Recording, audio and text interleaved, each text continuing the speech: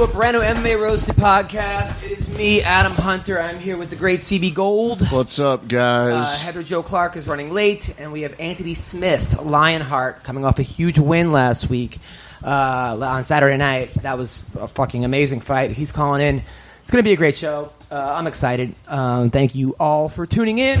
Let me just close my fucking window. Boom. All right. Here we go. I got back from Stanford and Sons Comedy Club in Kansas City. Is it Stanford and Sons or is it Stanford's? I'm not even sure because I don't even know. Me neither. But it was there were fun shows. It exists though. Yeah, I saw Tim Johnson came to a show. Yeah, I saw the picture and I literally had to Google him. Like I knew who he was, but without the mustache, I'm like, that doesn't look like him. Doesn't look like him, but Tim is the man. That was awesome. And some other guy named Julian Diaz, Julian Marquez. He came to the show with like 15 of his friends. He's fighting for LFA on May 19th, and it was a good. It was fun shows. They were crazy shows. The guy I worked with is a really funny comic. I mean, hilarious dude, but he's normally a headliner. And he went to feature because, I don't know, he wanted to feature that weekend. But normally he headlines or he opens for Pablo Francisco. And the guy does, like, impressions of 100 different people on stage, followed by a guitar song, followed by a light show. I mean, it was like, look, I have nothing against impressionists. I know comics like, oh, he does impressions, or comics like, oh, he does music. Look, if you do it well, you're the fucking man. Just like, be funny, like anything else. Like sometimes, oh, he does props. Fucking, I would like to have KYRIE Top's career right now. Okay, I'm sorry. I'll take the fucking $10 million a year in Vegas. And get shit talked 365 days a year. But fuck you, dude. Because I'm making $10 million. There are very few comedians that wouldn't want to have KYRIE Top's career. As far as getting into like having your own residency in Vegas for the past whatever and making millions upon millions upon millions of dollars. I think the only people that don't want his career are the ones that are more successful. Yeah, right. Maybe Seinfeld. But everybody under him is like, yeah, I'd probably fucking play with like a dart and a trombone. And I'm not saying you want KYRIE Top's act. That's a whole fucking different argument. But, yeah. And by the way, which is very good. His act is fucking hilarious. But I'm talking about his career. Now, so this guy was like, it was hard to have to actually follow him because I had to reset the crowd every night of like, okay, now we're getting back to jokes. But you know what? I didn't get in my head. A younger version of me, a more immature, a more insecure version of me would have been like just flipping out backstage or like getting in my own head or giving myself excuses. I'm like, fuck it. Let's see how good I am. Let's see how good I am. It's like almost like when they're like, hey, you have to follow fucking Chappelle or you have to. All right, let's see how good I can do. I remember one time in the Laugh Factory, I had to follow. And this is before Michael Richards had his meltdown. And he was still killing because of Kramer. It was him, Tosh, Mencia, Dane Cook. I'm talking about Dane Cook in his prime, Mencia in their prime, right there. Followed by me. And still a lineup, and it was right 4 standing ovations. I had to follow 4 standing ovations in a row. You had to go after them. Yeah. But I was like, fuck it. Like, that's what builds character. That's what builds character. And you know what? I fucking did good. Did I get a standing ovation? Absolutely not. But it was good, and a lot of MMA Roasted fans came by. Aaron came, and Aaron Weinbaum, and a bunch of other like some really cool people. Some guy actually gave me free tickets to the fights. We'll talk about that. That's pretty badass. However, the late show Saturday was one of the most insane shows, and I'm so fucking pissed that I didn't film it because I normally film all my shows, but they picked me up in the car this time, and normally I rent a car. And they're like, but I have to pay for the rental car. But this time they're like, okay, they're picking up in a car. I'm like, okay, I'll save money. But then I forgot my cord to charge it. And I'm like, oh, okay, it's all right. I'm not going to. This show was the most insane show. Normally, okay, so there was no security. Normally, if someone heckles, somebody comes over and says, shut up, you're going to get kicked out. Here, it was every man for himself. It was the comic was on his own. So I go up there, and this woman just starts yelling stuff at me. She's wasted as soon as I get on, like, I'm from Smithville, and I'm there, and I'm there, and just yelling, right? So I just start going in on her, and then she just keeps going the whole fucking show, and I'm like, and then she starts making animal noises halfway through, like, ah, ah. I'm like, well, is there a duck here? Did the fucking Affleck duck just show up? I'm like, this is why Trump won. And then that got a laugh, and then I go, this is why I'm pro-choice, right? And then it got to the point where other people in the crowd were heckling her. Like this girl above her goes, if you don't shut the fuck up, I'm going to punch you in the face, right? A girl said that. And then then she shut up. Because that girl looked like she had like face tattoos, the other girl, so I definitely would not have fucked with her. And so then her boyfriend left her. Her boyfriend got up and walked out. And I think he walked into a closet because he went the wrong way, which I even said. Then I do the local news, and the guy's like, just do jokes. So I watched that yesterday. So I do local news. So I do a joke about how I went to a rap concert, and this guy thought I was a cop. And I'm like, I'm not a cop. Look, I have weed. Turns out he was a cop, right? That's the joke. So while I'm on stage, some guy goes, do you have weed? I go, what? No, what? Is this why you came here? He goes, you went on the news. You said you had weed. I'm like, is that why you came to the fucking show? Like, you came to buy weed? So this guy just basically just shows up to fucking buy weed. That's what. So then, right? It's got to be the best pickup story ever. Of like, hey, this is bomb. Like, where'd you get it? I went to the comedy club and heckled some random dude that was on the news this morning and fucking picked up that way. I'm hoping there's not PCP in it, but we'll see. It was that. I'm like, no, I didn't carry weed from L.A. to fucking Kansas City to fucking sell to you. I smuggled it up my ass just for you. This is what I do. I go on the local news and say I have weed, and that's the way. And then people come. I'm not even a comic. I just sell weed. It was so fucking ridiculous, right? And the owner of the club, Craig, that's a whole different guy. He the whole time he's like, I talk like this, and I used to, and he has a book about how he used to rip off the Mexican mob, and how he used to run these like stakes. The book's he's the king of Sting. Oh, that's the book that's sitting there. Yeah, and he talks about how he used to bang all these strippers and porn stars, and this guy is a character and a half. I can't even do this guy justice. He's just a guy that you have to meet. You think he's just went crazy from having cabin fever of living in Kansas City for so long? No, I think I don't know what the deal. I'm going to read his book, but it was that the owner was insane, right? Insane character, but he left. He didn't even fucking left. So then some other girl in the crowd goes. She's with this black guy's white girl, and I said something to her. She's like, "Just so you know, we're all from Africa." I go, well, I think she meant like Adam and Eve. I go, excuse me? She's like, yes, we're all from Africa, okay? So I don't appreciate your racial jokes. I go, okay, I guess when people ask where I'm from, I'm going to say Zimbabwe. I'm like, we're all from Africa. And then, and her boyfriend's just apologizing, like, sorry. But I could tell he's trying to get pussy, so he's like he's apologizing behind her. Oh, I was gonna say if she heard that. No, he's behind her apologizing, right? And then she's telling me how we're all from Africa, right? So then I'm like, then she gets up. And, of course, this is the show that Heidi Dean from the UFC comes to, like one of the main women. And, of course, Swayze comes to the show. The beautiful Swayze, the cut woman, who is smoking hot, by the way. Swayze smoking hot. I have a fiance, of course. But just for the record. She's a sweetheart, though, too. She's really, really nice. Very pure, sweet, great girl. So her and them are watching this. They're dying laughing. So this girl goes, we're all from Africa. And then she gets up halfway through my show and says, you are the most disgusting human being I've ever met in my life. I go, we haven't even met yet. What fucking meet? I'm just telling you. So then she fucking storms out. I'm like, all right, make sure on Yelp you say you didn't like the African comic, right? So that was it. I'm like, I'll see you in the motherland, right? Drop the mic, walk off stage. We're done here, dude, ladies and gentlemen. So everyone starts fucking dying laughing, but then so it just got to, and so that was and then I'm pissed that I fucking didn't actually record this set because it was so ridiculous. I'm like, if I would have put this on YouTube, I don't know, maybe I would get 100 followers. I feel like people would be like, oh, she's a plant. Like somebody put her there. It was insane. Like that's how crazy it got to the point where I was like, I'm actually recording my special tonight. It's called Why I Quit.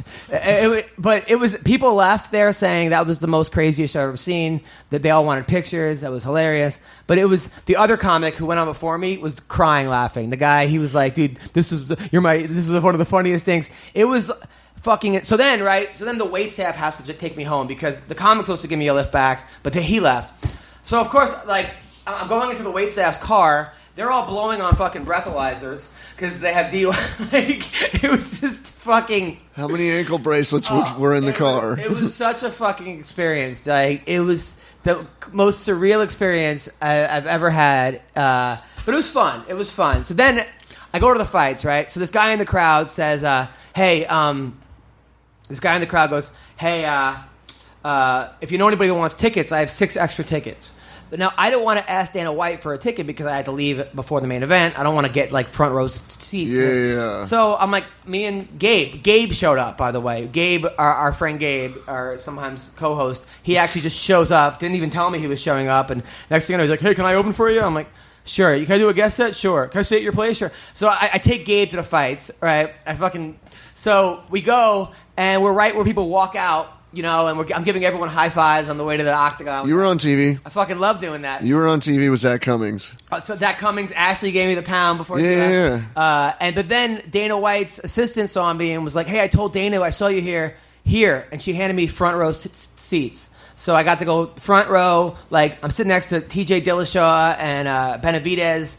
And it was awesome. It was an awesome experience. I left before the main event, unfortunately, but I saw some damn good fights. There were some good fights, some really, really good fights, which we'll talk about. Now, by the way, that wasn't one of the worst set. One of the craziest worst sets I've ever had was I brought a date with me, a girl who I'd already slept with. I was trying to sleep with again. This is a long time ago, and it was an all black show. I think it was called. I forgot what it was called. It was in New York City, and I went on after Bill Burr. And this is before Bill Burr was fucking Bill Burr, but he was still amazing, like all the comics, and he crushed it. I was like my third year into comedy, and they start booing. This is one of those shows where they boo if they don't like you.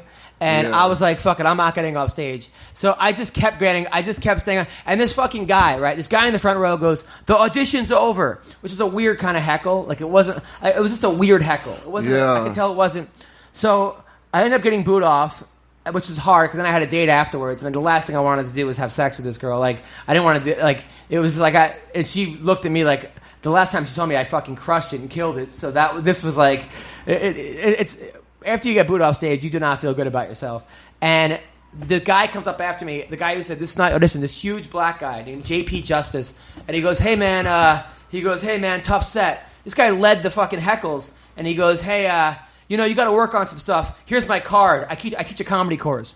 So the guy who leads the heckles then gives me his So he goes to fucking shows and heckles comedians to try and reel them into his school so he can teach them how to, get over a heckle, whereas after you graduate, he's still in the fucking crowd heckling. Yeah, it was unbelievable. I've awesome. never had it was unfucking believable. I would probably throw a chair at him. I was just like, I was like stunned. And when you get, sometimes you have such bad sets, you start to question everything. And that was one of those sets. How many times in your comedy career, and I'm going to guess right now that this was the only one, did the heckler come to you after and was like, you're not that good, you need help, or some shit, some stupid like that? I've had people after shows say rough set or tough crowd or. But were they heckling you the whole time? That's what I'm saying. The heckler come up. The heckler and give me his business card. Yeah, and tell me that's to take this be fucking comedy course. You probably are one of the very few people on this earth that have that fucking story, and it's ridiculous. That's crazy. Unbelievable, unfucking believable. But last night was really good. I did a show at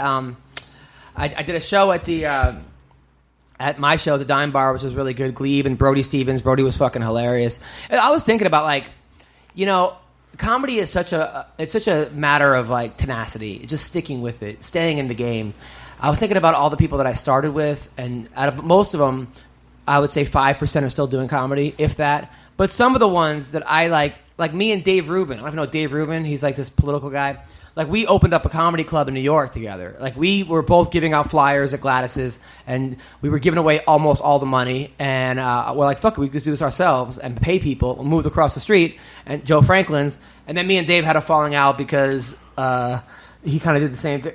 Long fucking story, but I was right. But anyway, now we're cool.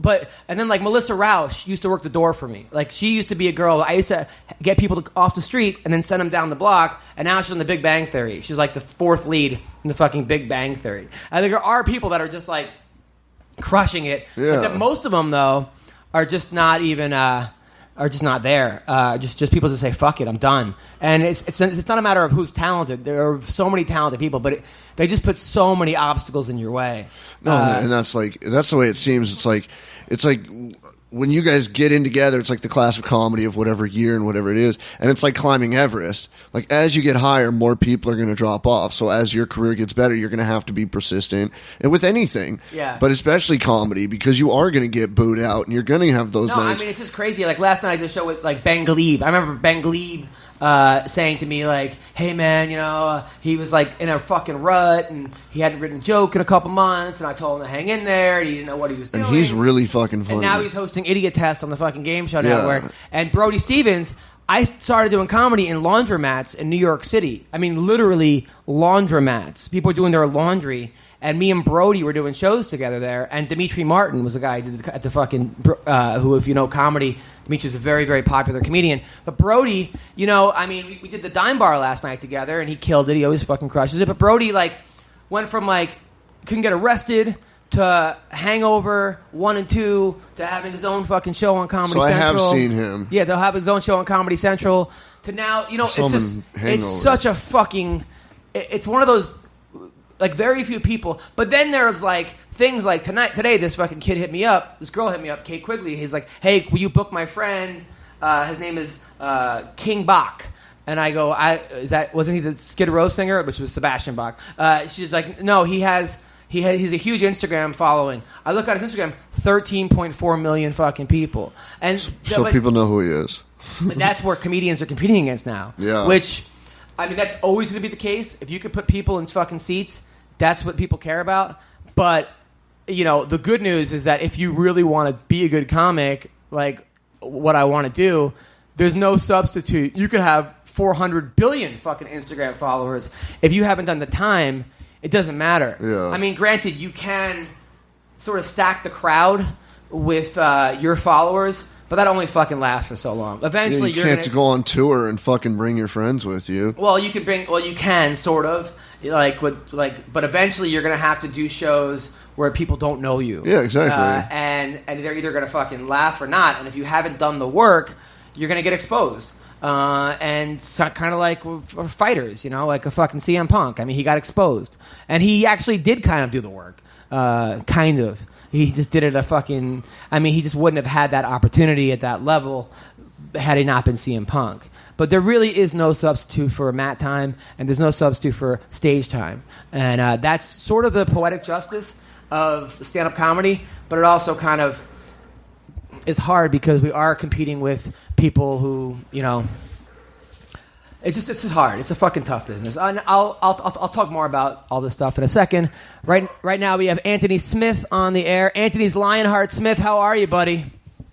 I'm good, man. How are you? Good. I went to your fight. I was there. I said hello to you while you were walking out. You didn't give me a pound. I'm very upset. Did you see me while you were walking in the cage? Oh man, I'm such a piece of shit.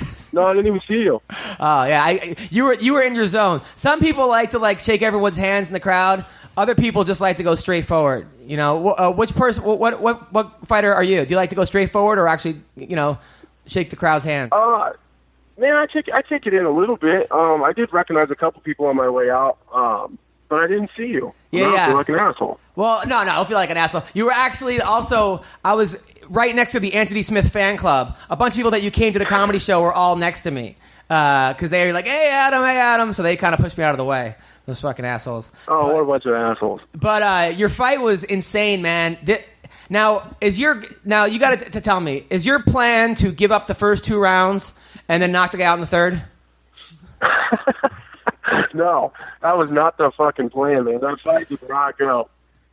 How it went in my head was not how it went in the cage. I don't know, man. He was weird. It was hard to read a lot of the stuff he was doing, and for some reason, the fucking wheels just fell off of my game plan. I got back on the horse, I guess, in the third round, and the third round went how the whole fight was supposed to go.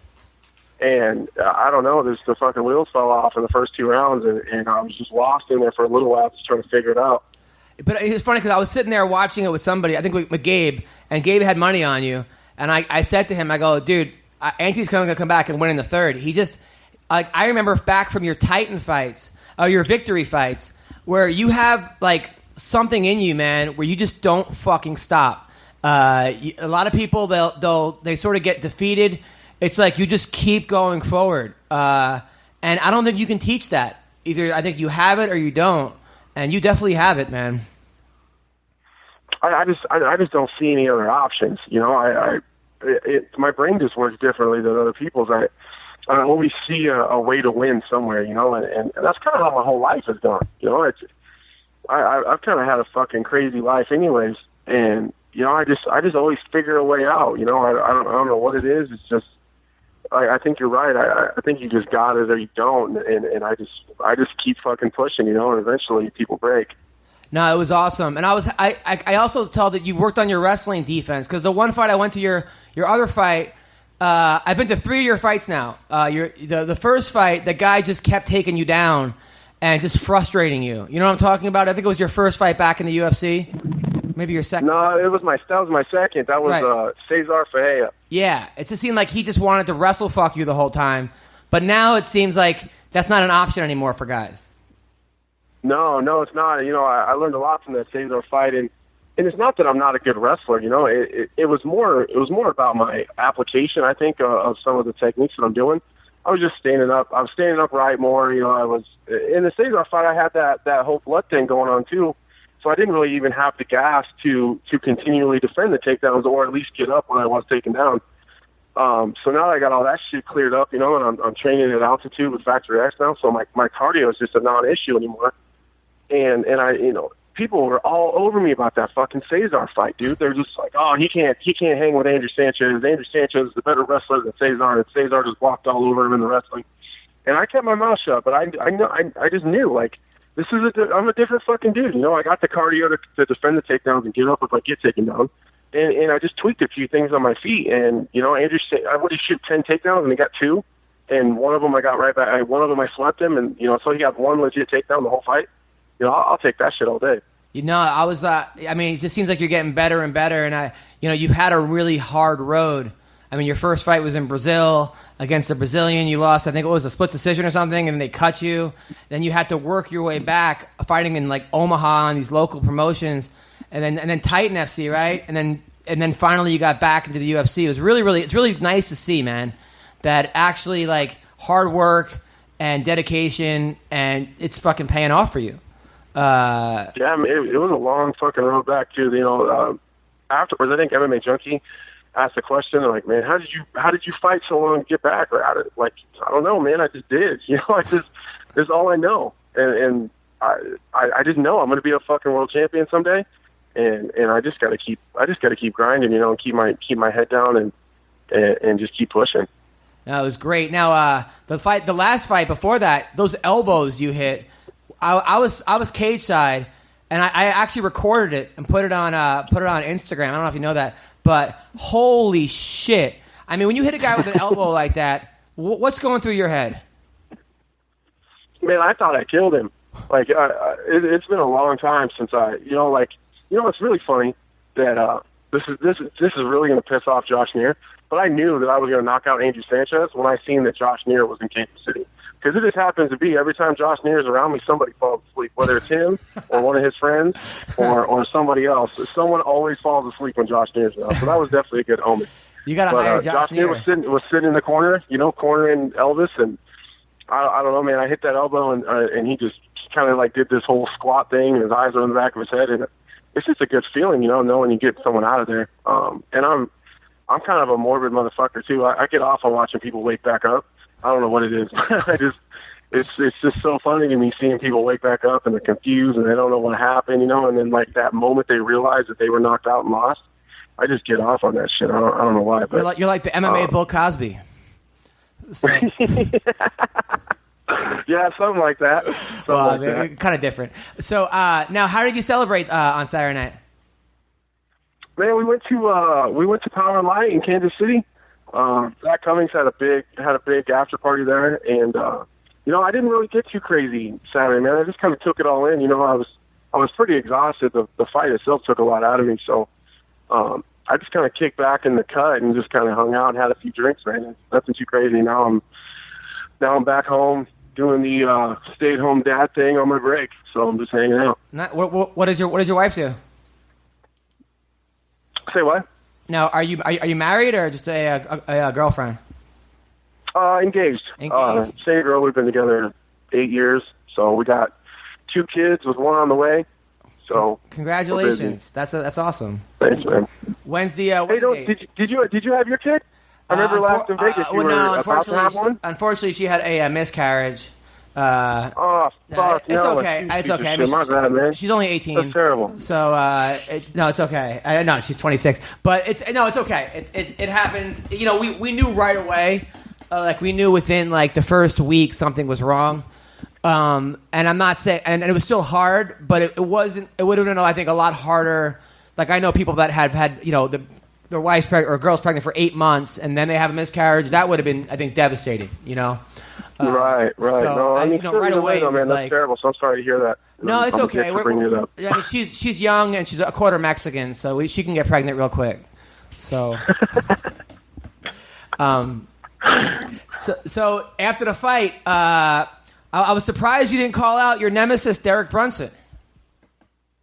Man, I think I'm pretty fucking close to passing that motherfucker up. You know, he fucked around and lose this next fight. You know, Derek Brunson might be below me. So I'm just waiting, man. I told him a long time ago that either I'll meet him at the top or I'll catch him on his way down. And up until this point, I'm holding true to my end of the bargain. So, you know, if he loses this next fight, you know, we'll see where that puts him. You know, but I'm not going to be the dude that's going to call out the guy that's unreachable right now. You know what I mean? He's got a fight coming up, so that's already scheduled. Right.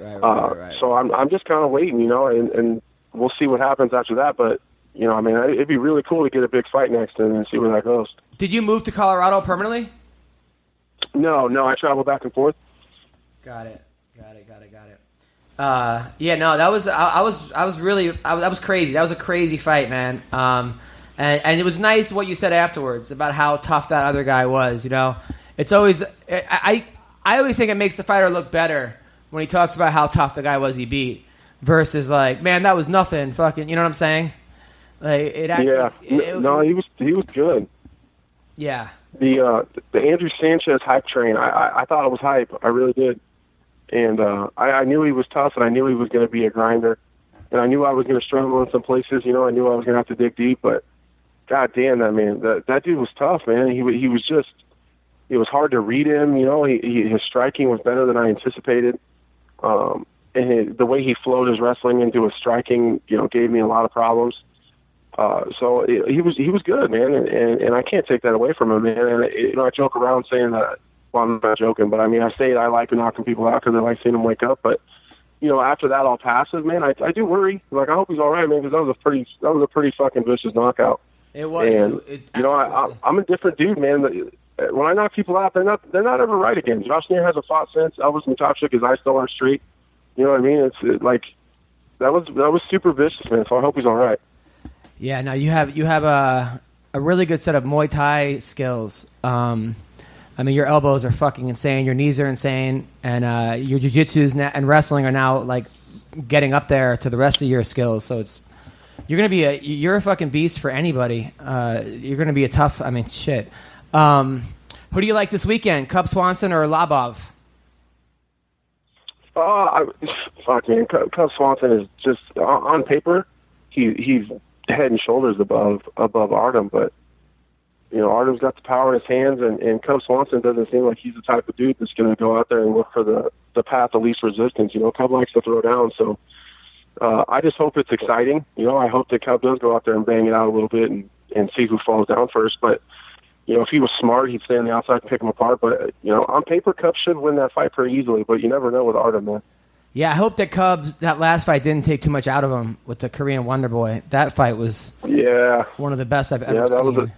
It was a lot. That's taxing on your chin too, man. When you have those kind of battles, you leave a little bit of yourself in there. You know what I mean? And you know, we'll find out. But if Artem lands one of those big shots, he's going to put Cub in a world of hurt. So we'll see. I'm excited. You know. And then a guy who you got upset with because he took your nickname. You called him out on Twitter. Oh, that fucking douchebag.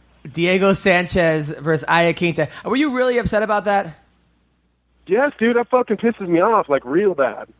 Like, I'm real fucking upset about it, man. Like, you know, what do you think Rampage would do if I just all of a sudden changed my name while he was still in the UFC? It's one thing if I came into the UFC and Diego's nickname was already Lionheart, you know? Yeah. Or someone else comes in now and their nickname's already Lionheart. I can't fucking tell you what you can't do, but, like, you can't fucking change it when you're in the UFC already. and steal something. Like, it's not like I'm the only one that's ever been Lionheart, but like, I'm the only motherfucker that's doing it at a high level with that nickname. You know, like, there's some of them, they're just a little bit unique to the UFC, whether that's the Iceman. I'm sure Chuck Liddell's not the only Iceman, but he's the only one that anyone fucking knows about, you know? Right. And, you know, there's some that are just, you know, like Carlos Condis, a natural born killer. I'm sure someone has called himself that before. But, you know, that's unique to him and his brand, you know, like, and like I've been telling people, like, my fucking kids think that their last name is Lionheart. Like, they don't believe me if I tell them any different. And it's just branded over my whole life. It's on all my vehicles. It's all over my house. It's all over. It's like, some people don't even know my real name. And, like, he's just such a fucking whack job. He just, it's the dream, and it's the nightmare, and then it's the dream again, and then, fuck, dude, figure it out. Like, just pick one and go with it, you know? Like, don't fucking swagger jack my name. Well, I mean, how many fights like, do you think how many fights do you think he has left as Lionheart, though? Right? I mean, No, it'll be a fourth nickname next week. Yeah. It's Dream, Nightmare, Lionheart, Quibbly Bibbly, or some shit like that. Did he respond back to you? Right, Did he respond back to you when you said this is bullshit? Yeah, man, we had a mutual friend, so I was trying to be cool about it at first. So I just said, hey, man, tell Diego that's kind of fucked up, you know? And so he sends Diego, like, my message, you know, saying, like, come on, dude, you can't be like that. Like, that's not cool, you know? And Diego, this fucking idiot, sends a message back. The dude screenshots it and sends it to me, and it says, tell him lions don't concern themselves with the opinions of sheep. I was like, all right, that's cool. I'm gonna bust his fucking head when I see him next time. That's we're gonna have a fucking conversation. I was gonna go to Tennessee, but just with all the time I spent away from the family, my fiance was bitching about it. So I was seriously gonna go to Tennessee just so I could confront Diego in face to face. You should Like, be that's how fucking mad that was. Diego gets the most random confrontation. You're going to confront him over a nickname, which is probably better than Stephan Bonner confronting him on The Ultimate Fighter over fucking asparagus. But I mean, you don't like the sound of, like, Anthony Skippity Doodah Smith or.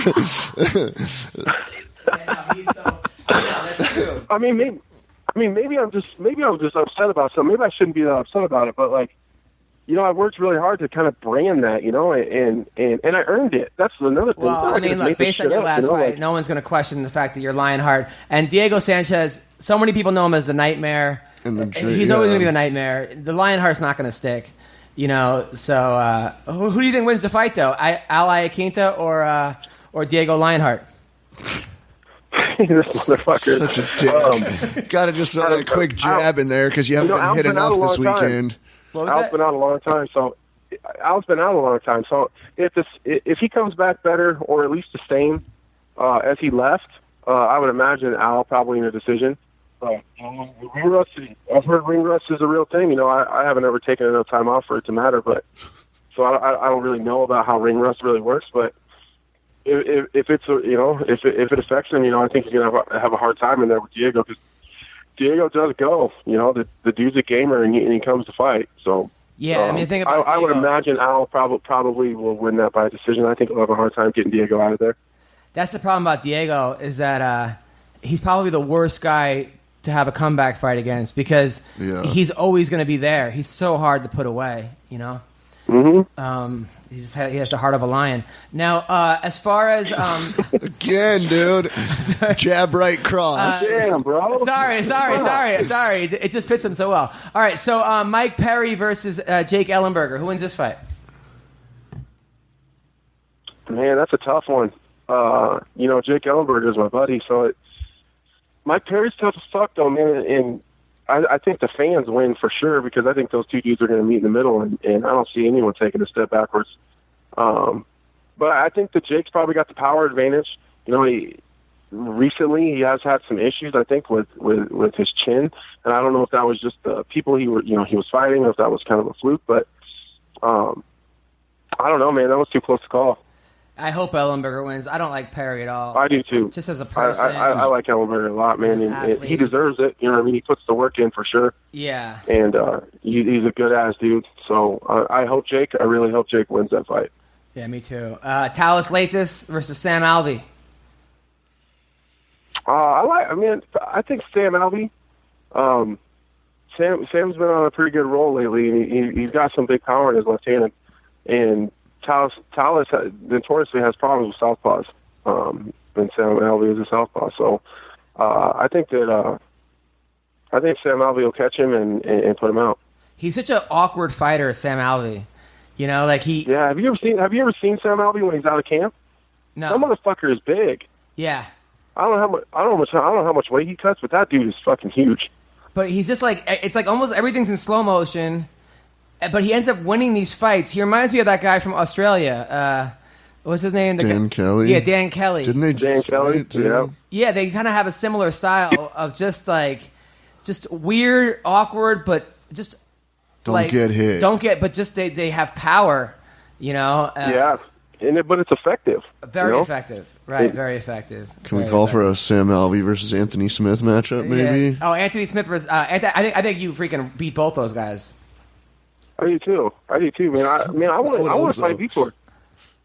Yeah, I mean, That's who I want. I mean, you're right there. You want who? You said Vitor. Oh, come on, you would murder Vitor.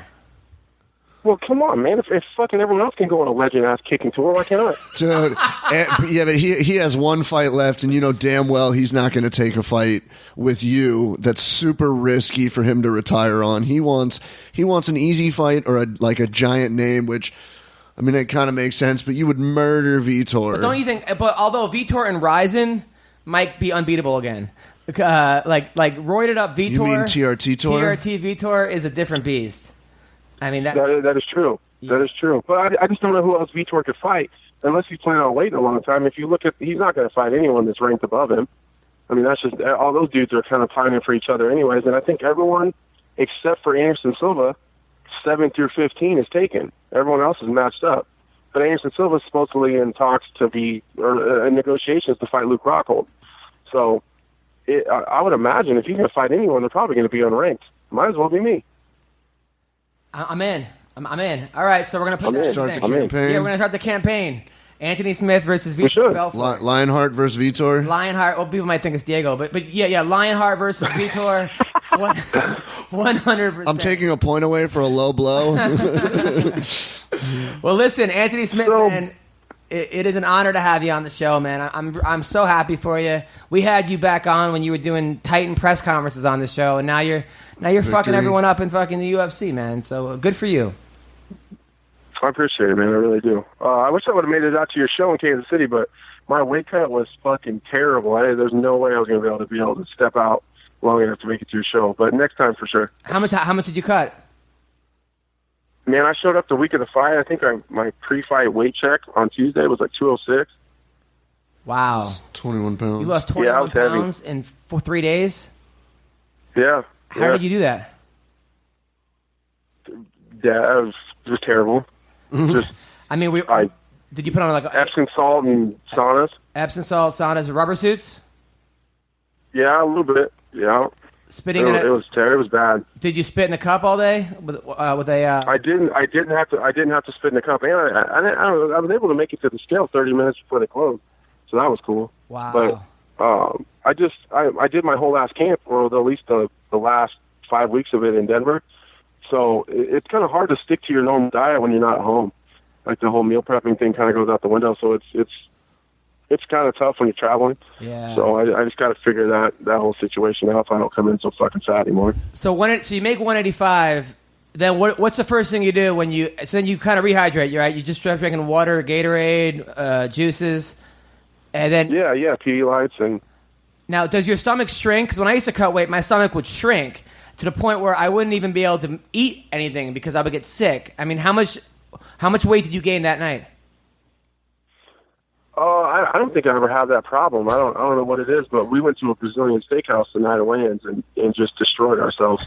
But they're doing this new thing, man, and I don't know why they're doing it, but they're checking our weight when we show up to the venue the day of the fight, and it's kind of I don't know, it's really going to fuck everyone because they're trying to change all this weight cutting thing. And the whole landscape of how people are cutting weight and how far they're cutting, but it's kind of hard for them to tell because they're like, well, these guys are showing up at 200 and he fights at 185, so blah blah blah blah. He's only cutting 15 pounds in a week, that's not that terrible. Well, they're not really getting the true view of how bad it really is. Well, now they are because they're checking our weight before we fight. And I remember Daniel Cormier said something about it. And I was like, oh, that must be. I thought it was just something that was unique to him, but they checked the entire card's weight when we showed up to the venue, and I was like 211. 211 day of. Wow. Yeah. Wow. The day of. So you gained 36 pounds in 2 Yeah. days. 26 pounds. Well, how much? 26 pounds. 26. 26 yeah. pounds. Wow. That's like a fucking John Dodson. That's crazy. Yeah. Yeah. Holy Crazy. shit. Damn. Now, what do you think of this whole Cormier-Jimmy Manuwa beef that's exploding on Twitter? Who do you think wins that fight? Probably Cormier, but who knows? Jimmy Manuwa's got some serious power in his hands. But probably Cormier. You know, I do think it's kind of cool that Jimmy Manuwa's kind of talked himself into a situation where he could be fighting for a title. That's pretty cool because he wasn't in that conversation at all. Yeah. So, you know, I think it's cool. He's definitely promoting himself and not just waiting around hoping that people are going to give him something. You know, he's actually going out there and trying to get it himself. Now, when Cormier said, Cormier on Twitter said, "I'm not going to wrestle. I'm not going to go to the ground. I'm going to stand in the pocket and box with you." No kicks. No kicks. No kicks, no wrestling. No kicks, no wrestling. No grappling. I mean, he's just fucking around. There's no way he's actually going to. Yeah, he's a fucking liar. And if he doesn't do that, he's a fucking idiot. That's a pretty big paycheck to be risking to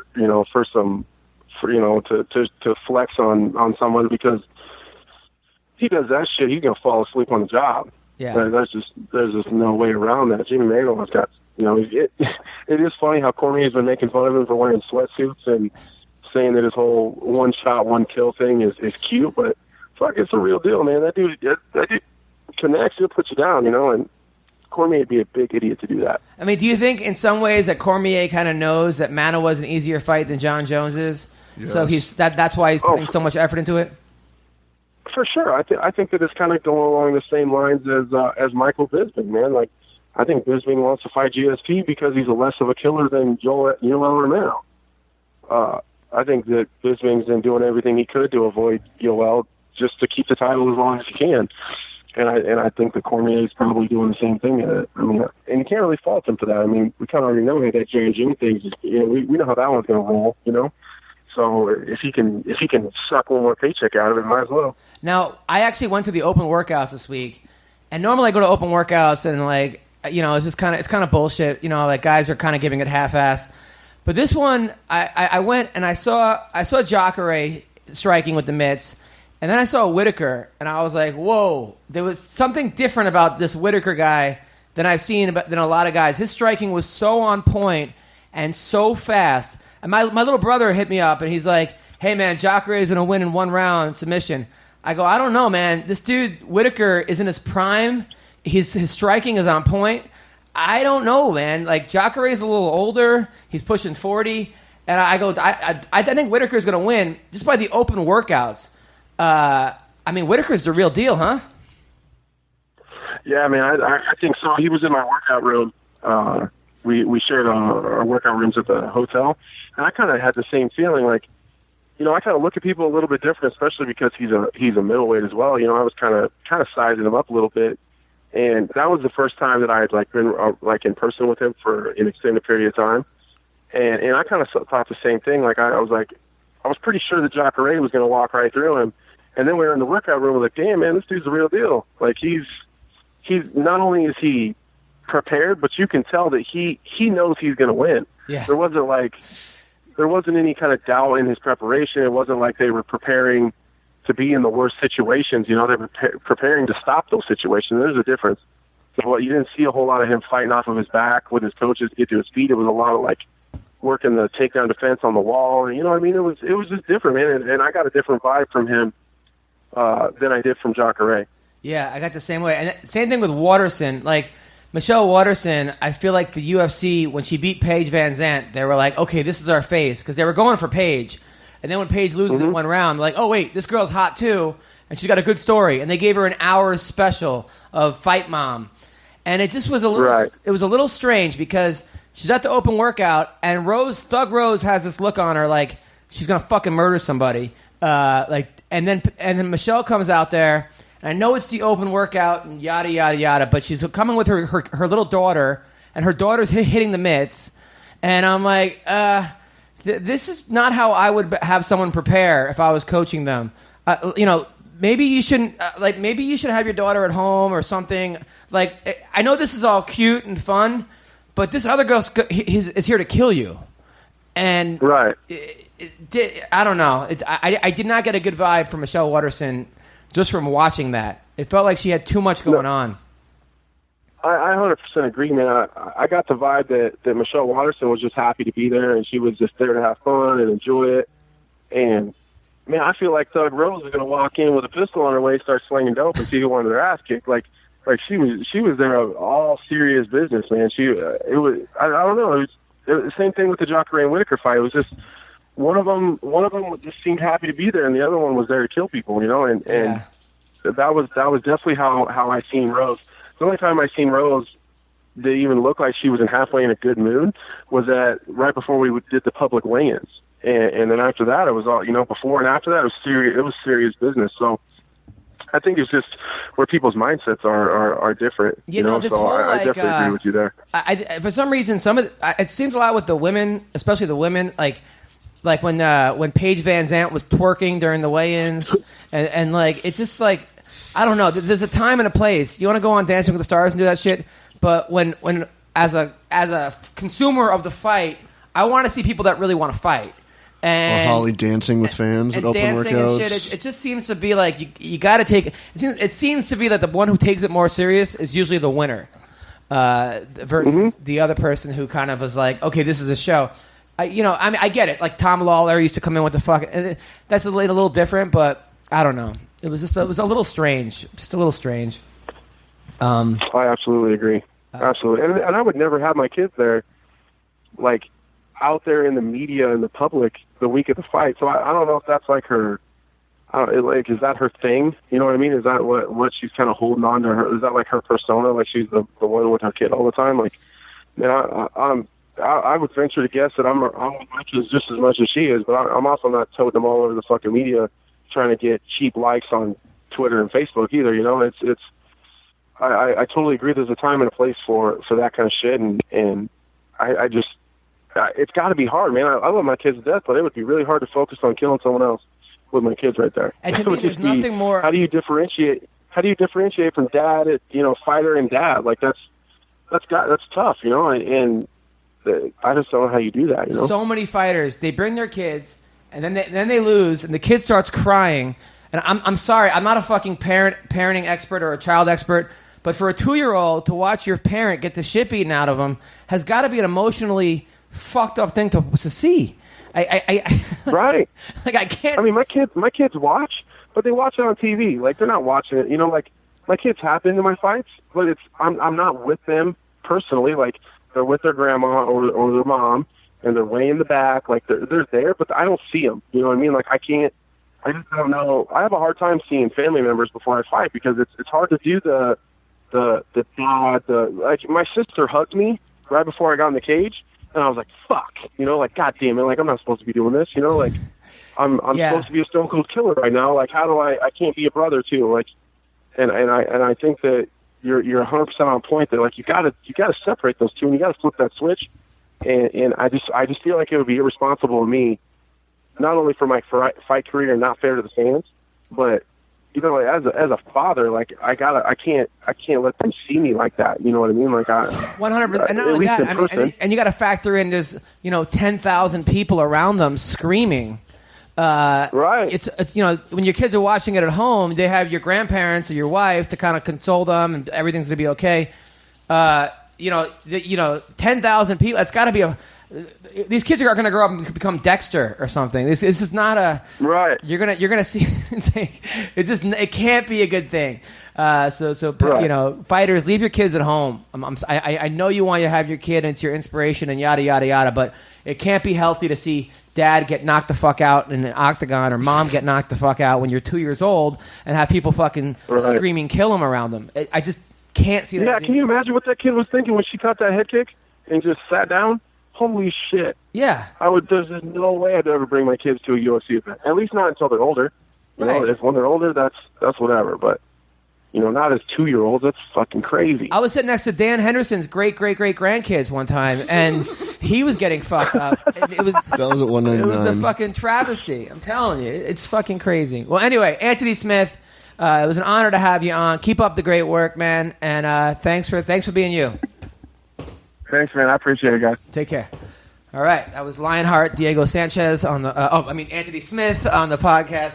Such a dick, dude. Such a dick. Diego Sanchez took his nickname. He was very upset about it. Oh, was he? Yeah. Very, very pissed. Isn't there a bunch of Lionhearts? There is, but he's like doing really well for himself now, and I didn't realize the commitment he has made to Lionheart. It's on his car, it's on his this, on his that. He has T-shirts.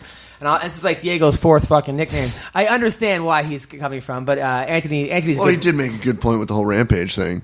Imagine if you were just like, I'm the new Rampage, and he's like, wait, what? Yeah. Like, well, it's more of a this is more of a common nickname, but like the persona is what I understand him 100%. talking about. I mean, and Diego should probably just pick a nickname that's not already out there. Yeah. You know, or change every 2 fights. or a 3 Van Damme fights. movie. But by the way, Heather Jo Clark, just fucking shut up. I want to thank our sponsor, Blue Apron, #1 fresh ingredient and recipe delivery service in the country. Their mission is to make incredible home cooking accessible to everyone. Tomorrow we have a whole new order coming in, 3 meals. Can't wait. They achieve this by supporting a more sustainable food system, setting the highest standards for ingredients, and building a community of home chefs. They've established partnerships with over 150 local farms, fisheries, and ranchers across the country. And as a result, their beef, chicken, and pork come from responsibly raised animals. Their produce is secured from farms that practice regenerative farming. And I'm telling you, the food is unbelievable. Cooking together builds strong family bonds. Me and my girl, we do this all the time. We cook together, and it is awesome. So check it out. Blue Apron. It's affordable, less than $10 per person per meal. You got a great variety. It's flexible. It's easy. It's guaranteed. Check out their menu with free shipping, and you can get your first 3 meals free by going to blueapron.com/MMA roast. You'll love how good it feels, how good it tastes, and be able to create incredible home-cooked meals with Blue Apron. Don't wait. It's blueapron.com/MMA roast. Heather Jo Clark, you are 1 hour and 36 minutes late. Okay, so you want to know what happened? What happened? Well, I know this sounds horrible because I'm an adult, but my dad said that he was going to do my taxes for me last year like 2016. Your dad, same guy, the Vietnam vet who drove you to the fight. Yeah. Okay, he's also like really good about like finances and stuff, and I'm not so good about that stuff. So like this was last year, so it was for 2015, and I didn't. 2016.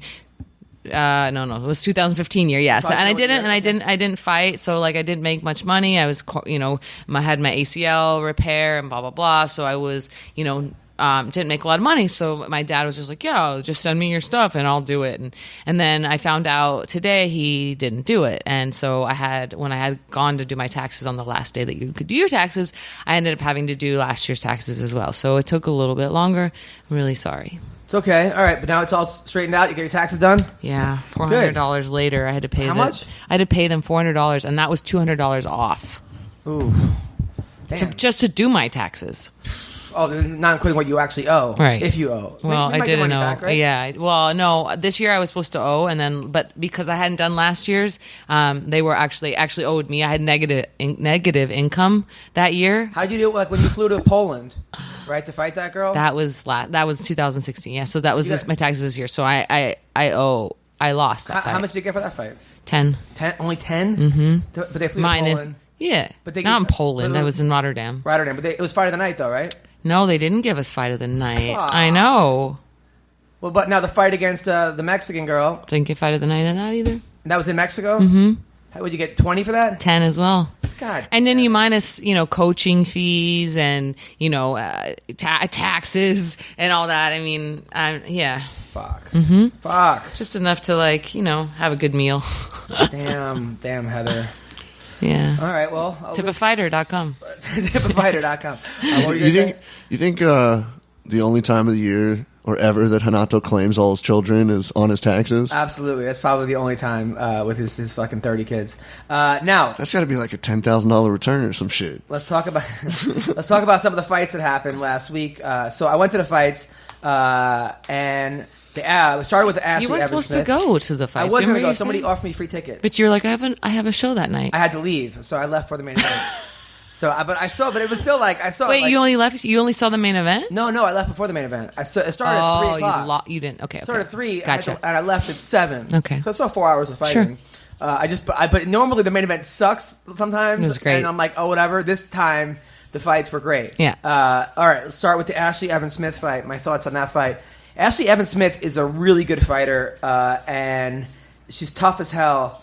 But I feel like she decided to become a striker in this fight. And I know that she fought a girl who seemed like her jiu-jitsu was her strength, but was also a really good striker and was faster than Ashley.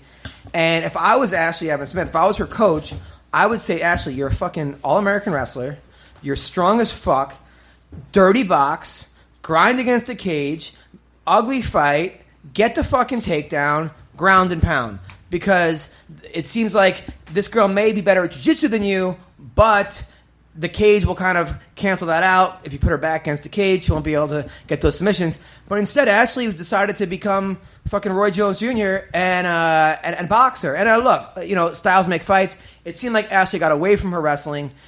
Perfect example of someone who factored in, I'm a great wrestler. I don't need to work on my wrestling for this fight. I'll work on my striking for this fight. And then because you overdo that, then you get away from kind of what got you there. I could be wrong. I've been wrong a lot. But that was just how I saw the fight. I actually didn't get to see it.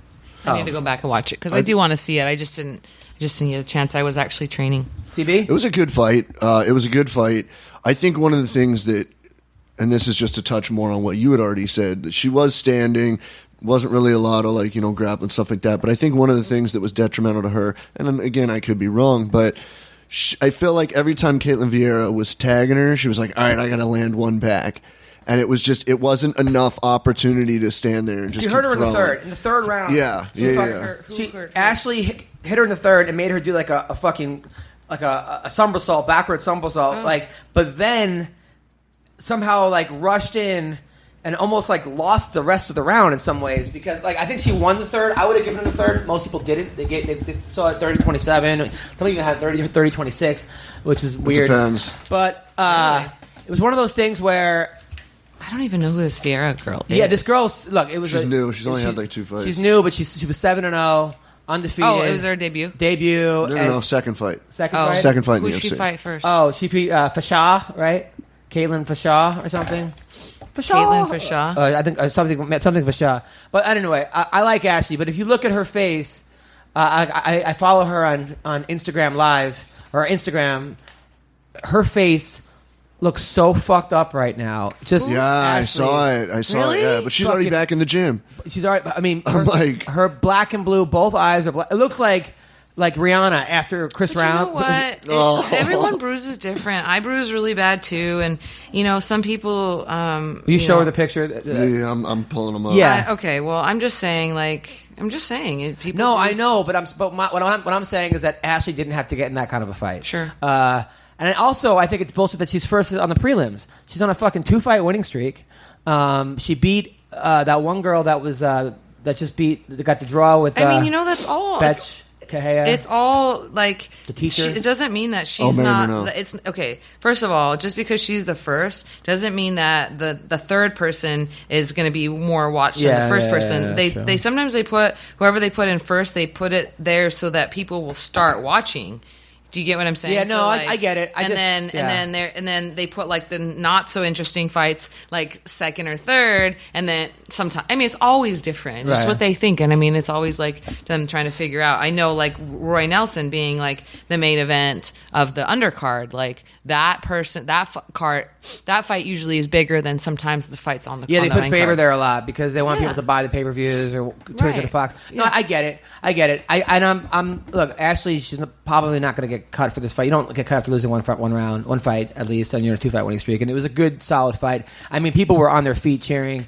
Anthony Burchak did. Ego got cut. Yeah, but I think Burchak priced himself out. I don't think he got cut. I just think that they didn't match. Oh, what he wanted. Yeah, okay. And Burchak, by the way, fought over the weekend. I watched him fight in Ryzen. He fought in Ryzen. Who did he fight? Kawajiri? He fight Kawajiri. And they must be not testing in Ryzen. I'll fucking say it. Kawajiri did not have these muscles. Are you kidding me? The guy's, he fights at what, 45? Yeah. He's huge. Was he always that huge? Even in the KYRIE? UFC? Yeah. I think when he was in like his first few, maybe he had muscles big, upon but, like, fucking muscles. I mean, dude, this you're dude, going to Japan. You know you can get away with over there. that's what it seemed like. It seemed like Burchak was fighting steroids and KYRIE, and he did pretty well. He did okay. He didn't win, but I didn't realize how good KYRIE was either. He's like it's strange because he really didn't show it in the UFC either. But KYRIE was one of the most highly touted Japanese fighters. Like back when they were talking about guys like Okami and Sakuraba and guys like that. They're talking about KYRIE like the Crusher. Like this is the little version of the Japanese, like almost like a war machine. And they touted him and they hyped him, and he was a good fighter. He was very talented. He just didn't get to show it, I don't think, in the UFC more than anything because of just age, style difference. Stuff he was like in the that. UFC. He had a few fights, but he really, I think he did okay, but it wasn't like they touted him on the way in, like KYRIE's coming, and yeah, well, you know what? Didn't really. Honestly, all these fighters right now. That were good before the testing, go to fucking Ryzen because you will be as good, if not better, than you were. Well, Crow Cop fucking knocking out King Mo. Look, this is all allegedly. I don't know if these guys are taking this stuff, but it just seems like, look, if I was Vitor Belfort, I'd go to fucking Ryzen. If I was any one of these guys that were better pre-USADA, just go to Ryzen because you could the fucking glory days are here again. He was 3-3 in the UFC. Zach Cummings looked awesome. I mean, he just beat the shit out of... Unbelievable. And I think it was a case of... I think Zach Cummings being really good. The one fight he lost, there was one fight he didn't make weight or something, or he came in... I know he did like a military tour or whatever. But he's won his last couple fights. He's always been tough. But hometown... I mean, you talk about hometown. Everybody was there to see Zach Cummings. The place went ballistic. And I think certain fighters... When they fight in their hometown, they are a different fighter. Court McGee in front of you when he fought in Utah, in Cleveland. Well, he's good also outside of Cleveland. But I know, but then look at Cowboy. Other fighters, Sky. Other fighters, it's fucking stressful because you have to worry about getting everyone tickets, and everybody hits you up, and you have to try to put on a good show. Tisha had her first loss in Florida. You get in your head, the first round you're losing, and then you're like, oh shit, how do I look? I remember when Tyson said he used to have his fucking wife in the front, his mistress in the second, and his fucking other chick in the third row. I mean, so there's probably, it depends on who you are, what kind of person you are. And the same thing with me as a comic. There are times where, like, I headline the Improv, but I bring in the whole crowd. So it's people that have already seen me, they know some of my jokes, they know, I fucking hate it. But other times, like, I'm like, you know what? These are my fucking friends, and I want to give them the best fucking show possible. It depends on really my mood, but that's certain. Have you had to have her fight in front of your hometown or home crowd? Well, yes and no. I fought in Pomona, and there were some friends and family there that aren't typically at my fights. And then I fought in Vegas, so there was quite a number of people there watching that. So I don't know. I guess in New Mexico also I had a few fights like there, and there was more friends and teammates there than when I started fighting in Tennessee and Florida and stuff where there wasn't anybody. So I've had kind of both. And the one fight I saw of yours when you knocked a girl out in 6 seconds as an amateur. Yeah, I never did amateur. That was a pro. Yeah. So you go out there, your first punch you throw. You kind of ran into her. Like, I did. Yeah, I ran. Well, I stepped to the side. So the actual there's an image of me making contact. And it was a black girl, right? No, she's a really pretty girl. Her name was April Catino, and she was like really pretty. Like I noticed that when I stood in front of her, and then after the fight, I was just like, just wanted to tell you that like I think you're really pretty. You told her that after the fight? After you knocked her out? After they knocked her out and broke her nose really bad on you the said, second I think you're really punch. pretty. That is the weirdest thing I've ever heard in my entire life. I know, because it was like the weirdest thing to be thinking when I'm facing off the other girl. Like, wow, this girl's really pretty. And then what did she say after you said that? She just smiled at me, but she was like, I don't know where she was. I mean, I've never heard of a guy knocking a guy and go, by the way, you're very handsome. I think I said, by the way, like I You're a noticed sexy that when man. we were, I know. Why did I say it? You know, when you just think weird shit I've after a said fight. weird shit plenty of times, but Yeah. I'm like, why the fuck did I say that? Yeah. Never after knocking the person out in 6 seconds, but that's Was me. one of those? Will you marry me? I wasn't really. Oh, yeah. I don't know, man. That was a crazy. I mean, that was just the night of my life. You know. I got a blowjob one time that was so good. It was like after the third date, I was like, I love you. And then I was like, why the fuck? And then she really thought I meant it. But I just loved the blowjob. All right, all right, right? That's something like that. Yeah, so I was trying to relate. Okay, so So yeah, it was, but no, that was a really amazing. You know, Winklejohn does this thing called the spring step, and it's something that Holly uses very often, and John Jones uses. I'd say out of all their fighters, I remember a lot of them. Rashad used to use it a lot, and is that when you hit someone's car and run? no. Oh, okay, go on. I thought Jones used it. Go on. Spring steps. Spring the fuck out of here. All right, go on. All right, go on. No. right. So he actually learned it from a wrestler named Louis. I forget Louis' last name, but it came from a wrestling, like where you basically are in your stance, you bring your back foot slightly forward and then spring off of it, and that gives you so much added like. It's kind of like depth. a Superman punch, kind of. No, like you have, so you're in your stance, you bring your back foot forward, and then it allows you to spring off your back foot so that you can get further distance than you would typically if you were just to here and then. And does your back foot go in front of your front foot? No, or? just slightly, just like a couple inches. Right. You So know, you're forward, basically and then you shooting shoot. off your back foot. Yeah. And like a wrestler does that. Yeah, exactly. Yeah. Okay. So you're shooting off your back foot. You're just bringing it slightly closer, so you're in a shorter stance, and then you're springing off of it. And you know, yeah, it's basically what I did. I had been working it, and I'd been landing it a lot in practice.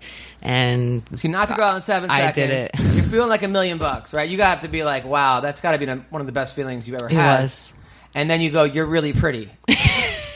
That's so fucking weird, but I like it. I think it's. It's so weird that I still remember it. Yeah, I think it's great. And is that girl still fighting? Have you No, talked to her? she broke her nose. So I broke her nose. So I hit her right in the jaw, and she dropped. And then her hands were like up, and she was kind of trying to sit up. And so I came down with a second one where I literally like flew to land the second one, which was when she was laying down, and it was on her Like a nose. Fedor punch.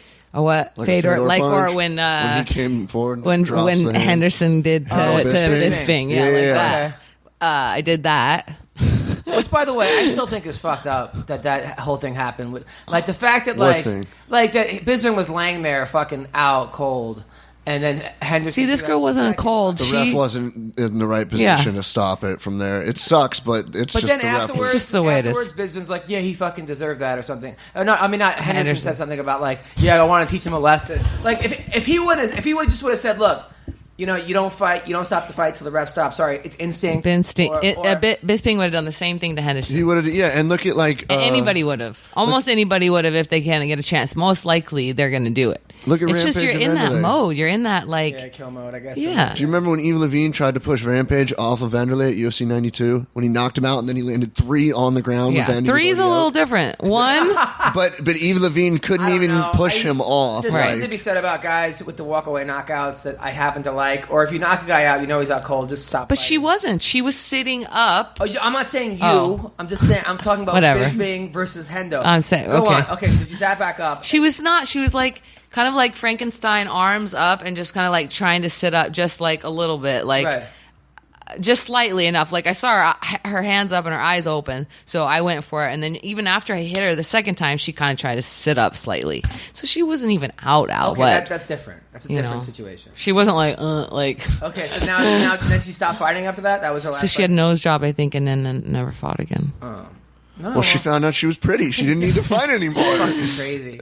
That's hilarious. All right, Aljamain She became a Sterling. model. Aljamain's fight. Aljamain, you know, he looked great. I thought he lost the first round, and I was worried because that guy he was fighting, I didn't realize how good that guy was. Tonquinho? Taquinho is a. I mean, I saw when he had Ben Henderson in his corner, and I didn't realize he was at the lab. That guy. Yep. I mean, Crouch is such a good coach, and he was looking so good in the first, and then Aljamain won the second, and he won the third. The problem with Aljamain is that it seems like I'm sure he has a lot of power, but it has in the last couple fights he hasn't really been hurting his opponents.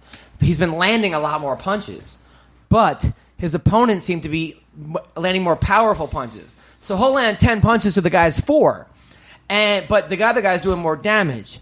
So as a ref, obviously I would say though the guy who fucking lands 10 punches, even though they're not hurting him as much, is winning the fight. But other refs might say, well, he looks rocked and this guy doesn't. It goes to significant strikes. And that's the problem with Aljamain's having, because he's landing more punches and he's quicker, but because he's not hurting these guys, and a lot of it also is the way he's not really planting his feet when he throws punches. He's sort of boxing in a way where he's sort of dancing while throwing them and throwing a lot of jabs, and it's, his speed is his friend, but he's not just sitting in the pocket and fucking trading shots. Right. And it seems like he's having a tough time because it's like he's getting hit more than he should. But he's not landing more than he's landing a lot of punches, but he's just having a tough time. And I understand the dilemma that he has because he's not hurting people. He's winning, but he's not hurting them, and that's the problem with his last fight with Asunciao. I had the same problem too. That's your problem. But, well, I wasn't hurt. I mean, I thought if I get in a fight usually with somebody, and my coaches always say, if you stand in front of somebody, I have like the larger gun, but. So you have the opposite problem, where people are landing more punches than you, but you're doing more damage? Is that what I don't know what the heck is happening.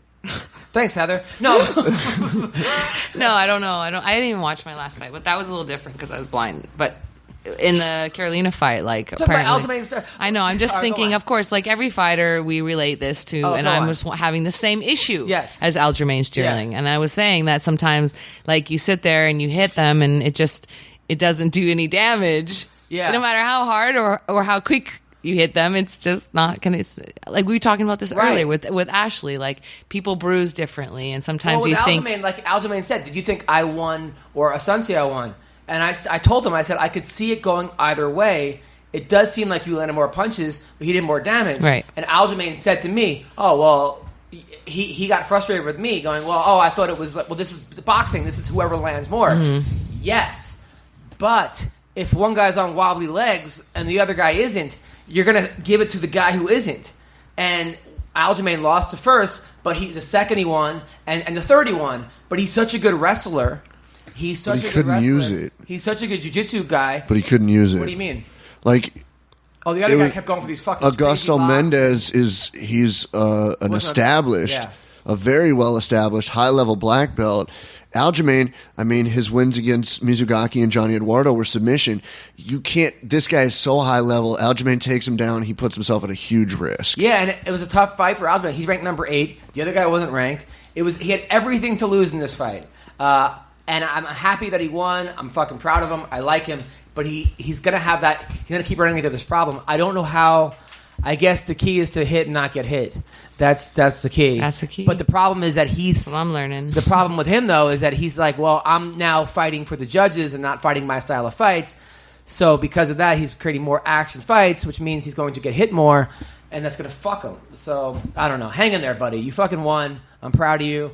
The thing about Aljamain is that he's good enough to beat anybody in that division at 145. I mean, 135. I think he was very, very nervous though, because when he did get the decision, he started crying and he was freaking out. I mean, to go 0-3 in your last 3 after being a world beater, it's like.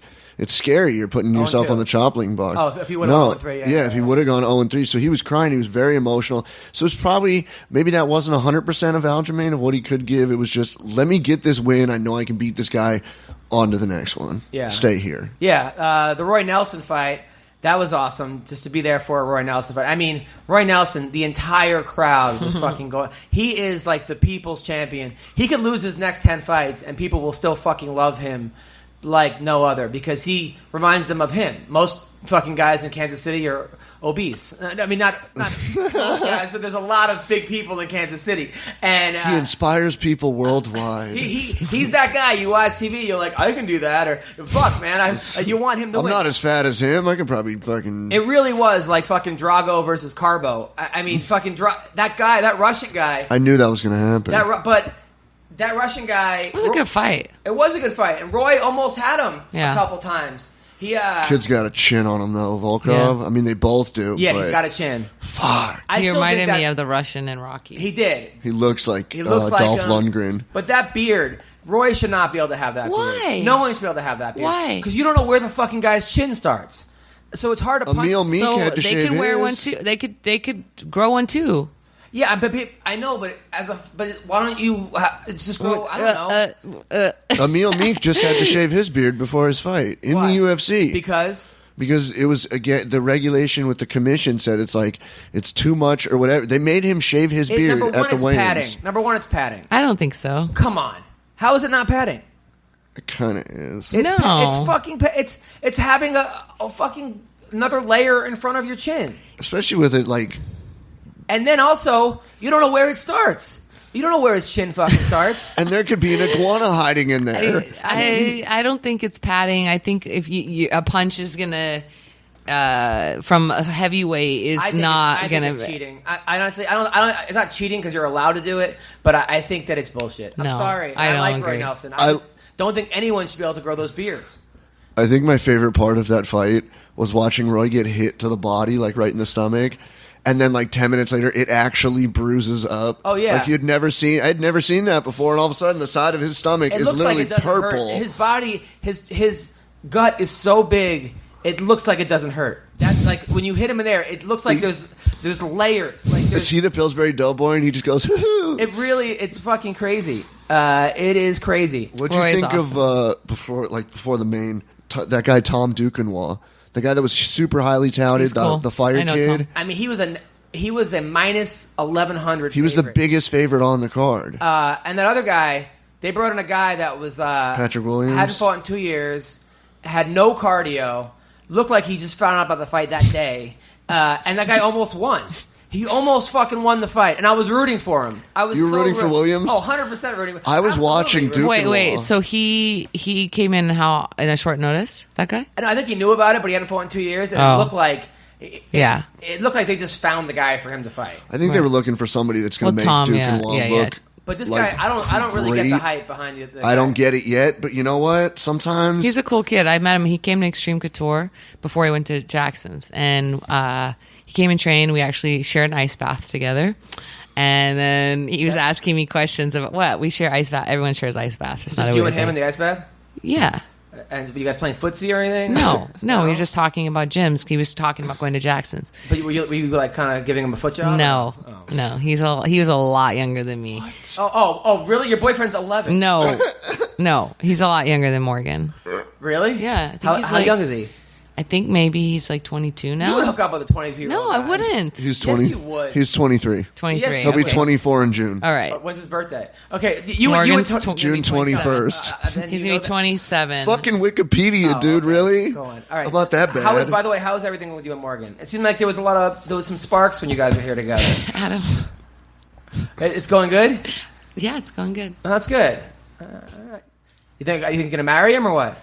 I'm not even thinking about marriage right now. No. Because the whole Brandau thing kind of got you sour to marriage. Is that what happened?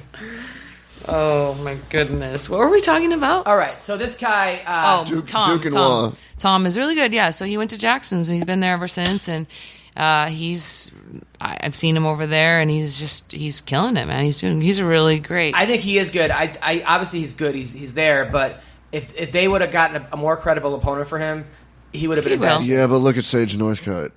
He got the fucking gas station attendant for Oh his no, of course. first No, they're fight. obviously Like, the guys from France, right? Yeah. They're trying to build the UFC in France. They want to build a star. He's the wanna only guy in from France. Right I now liked in the his UFC. splits at the end. That was really. That was I cool. will reserve the right to judge Duquesnoy after his next fight. Because Yeah. first fight in the UFC sometimes. Yeah, nerves probably- and stuff. Yeah. And then we talked about the Rose Namajunas fight versus. We talked a little bit about that. How I went to the open workouts, and at the open workouts when I watched Whitaker, normally it's a open workouts. You don't know, people are giving half-ass. I mean, Roy Nelson's doing fucking belly flops. People aren't really taking it very seriously. But Whitaker had that it factor of watching him just hit pads and kicks. I mean, he must have kicked that thing 7,000 times in a row. And it was outside in Kansas City. There was probably 24 people there. People were walking to work. Everyone was like, what the fuck is going on? But I was there. I was having a good time. But I'm like, wow, this guy's got something. This dude might win. And my little brother kept hitting me up saying, Jacare in 1 round, Jacare in 1 round. I go, Max, don't sleep on this kid. And we saw what happened. On the flip side, when I saw Michelle Watterson weigh in, do the open workouts, she was there, she was taking it seriously, but within 5 minutes, her kid was hitting the mitts. And it was sort of like, I don't know, it did seem like she was focused. A little wrapped up in, they gave her the hour, the mom, the karate mom thing, the hot mom, whatever it was. Fight mom, which I watched, which I actually great. liked it a lot. I think everybody should have a fucking thing, and you'd be surprised how much more I liked her after that. Sure.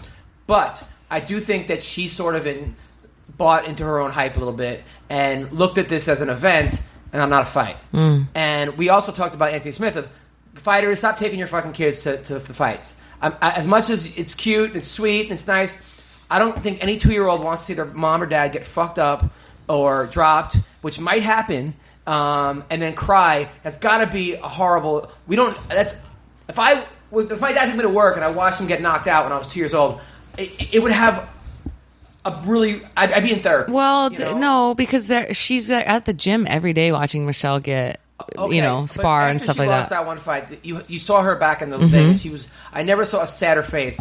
Like my girl gives me that fucking face sometimes, about that frowny face. Yeah. It was a perfect frown, and it was adorable, but it was like, ugh. And I'm sorry that I don't think you should expose your kids to that. Yeah. That's just my opinion. Okay. And opinions are like assholes. The only issue I have with that one, with her kid being there, and this is just this example only. Her face when she was getting choked out. They flashed at a kid? No, Watterson, Michelle. It was like the veins were popping out. It was the scariest face I've ever seen by somebody getting submitted ever in a fight. And I've seen thousands of fights. Like, it literally, I was watching her eyes and they start bulging in the veins, and like, she started crying, like, while she getting. Dude, if you watched it on TV, it was scary. And they panned away from it after realizing that it was like close up. Yeah, that's rough. And, Thug Rose, she's crazy. She, yeah, it's so crazy because you see this girl. I saw her like in person, and she's all dolled up, and she looked like this little small, petite.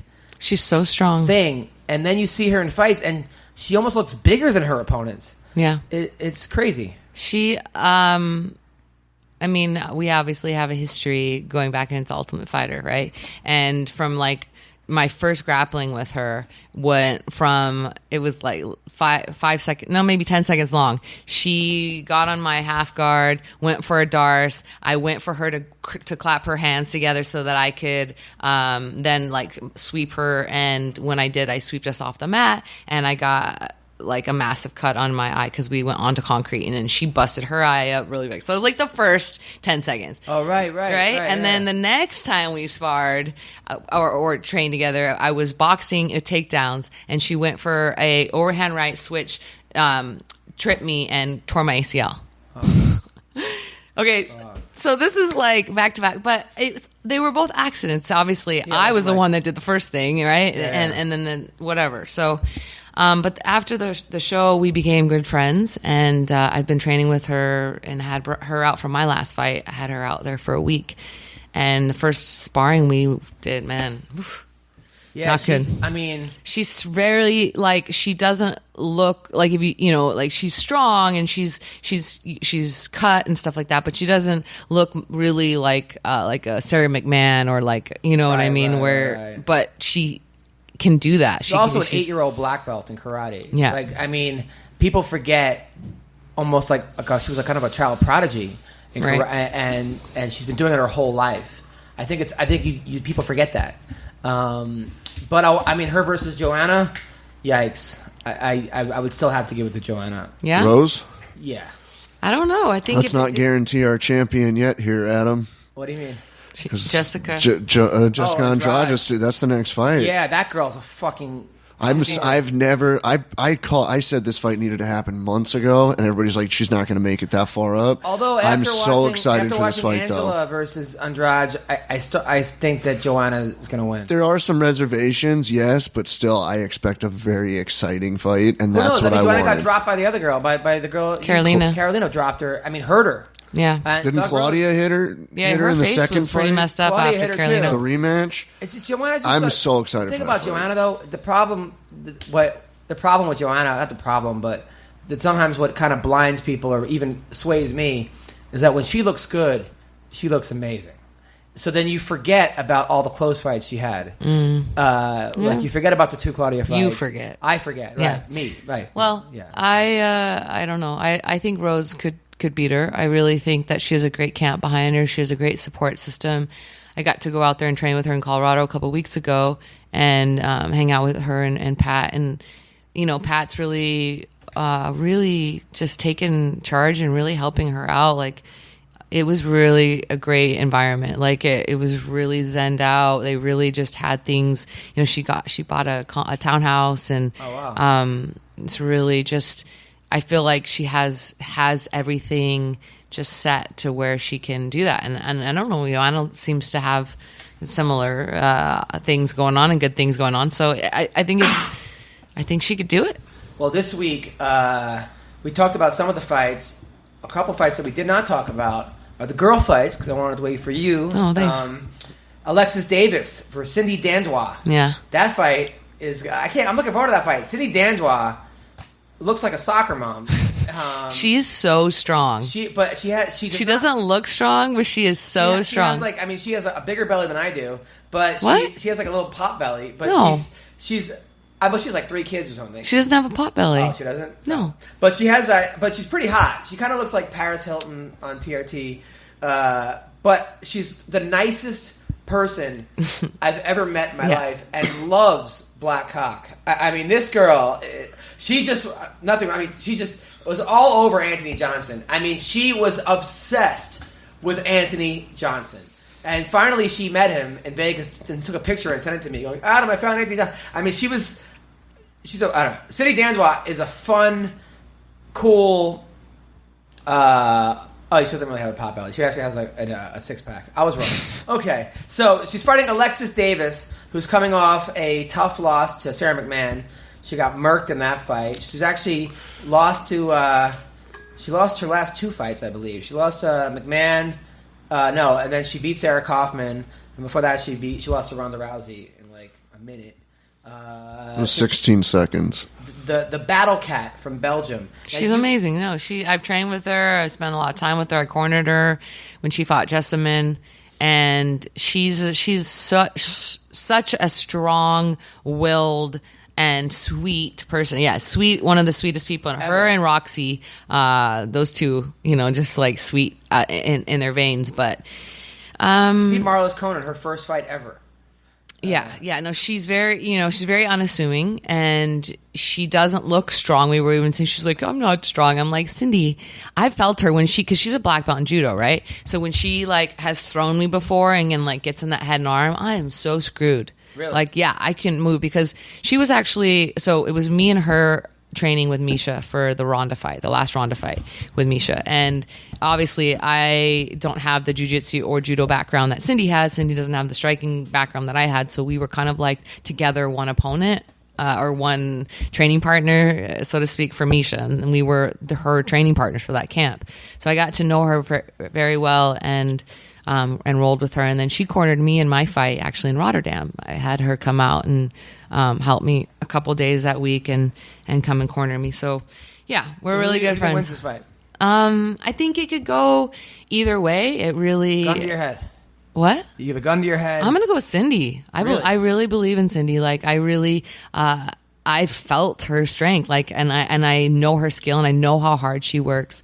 So yeah, I really think that she's gonna surprise everybody. Wow. All right. Cool. Yeah. By the way, so there was a whole thread on the underground about Misha Tate's nude pictures, which got leaked. Did you see them? No. So now you've seen Misha naked before, right? No. Oh, so I wanted you to confirm if it was her or not.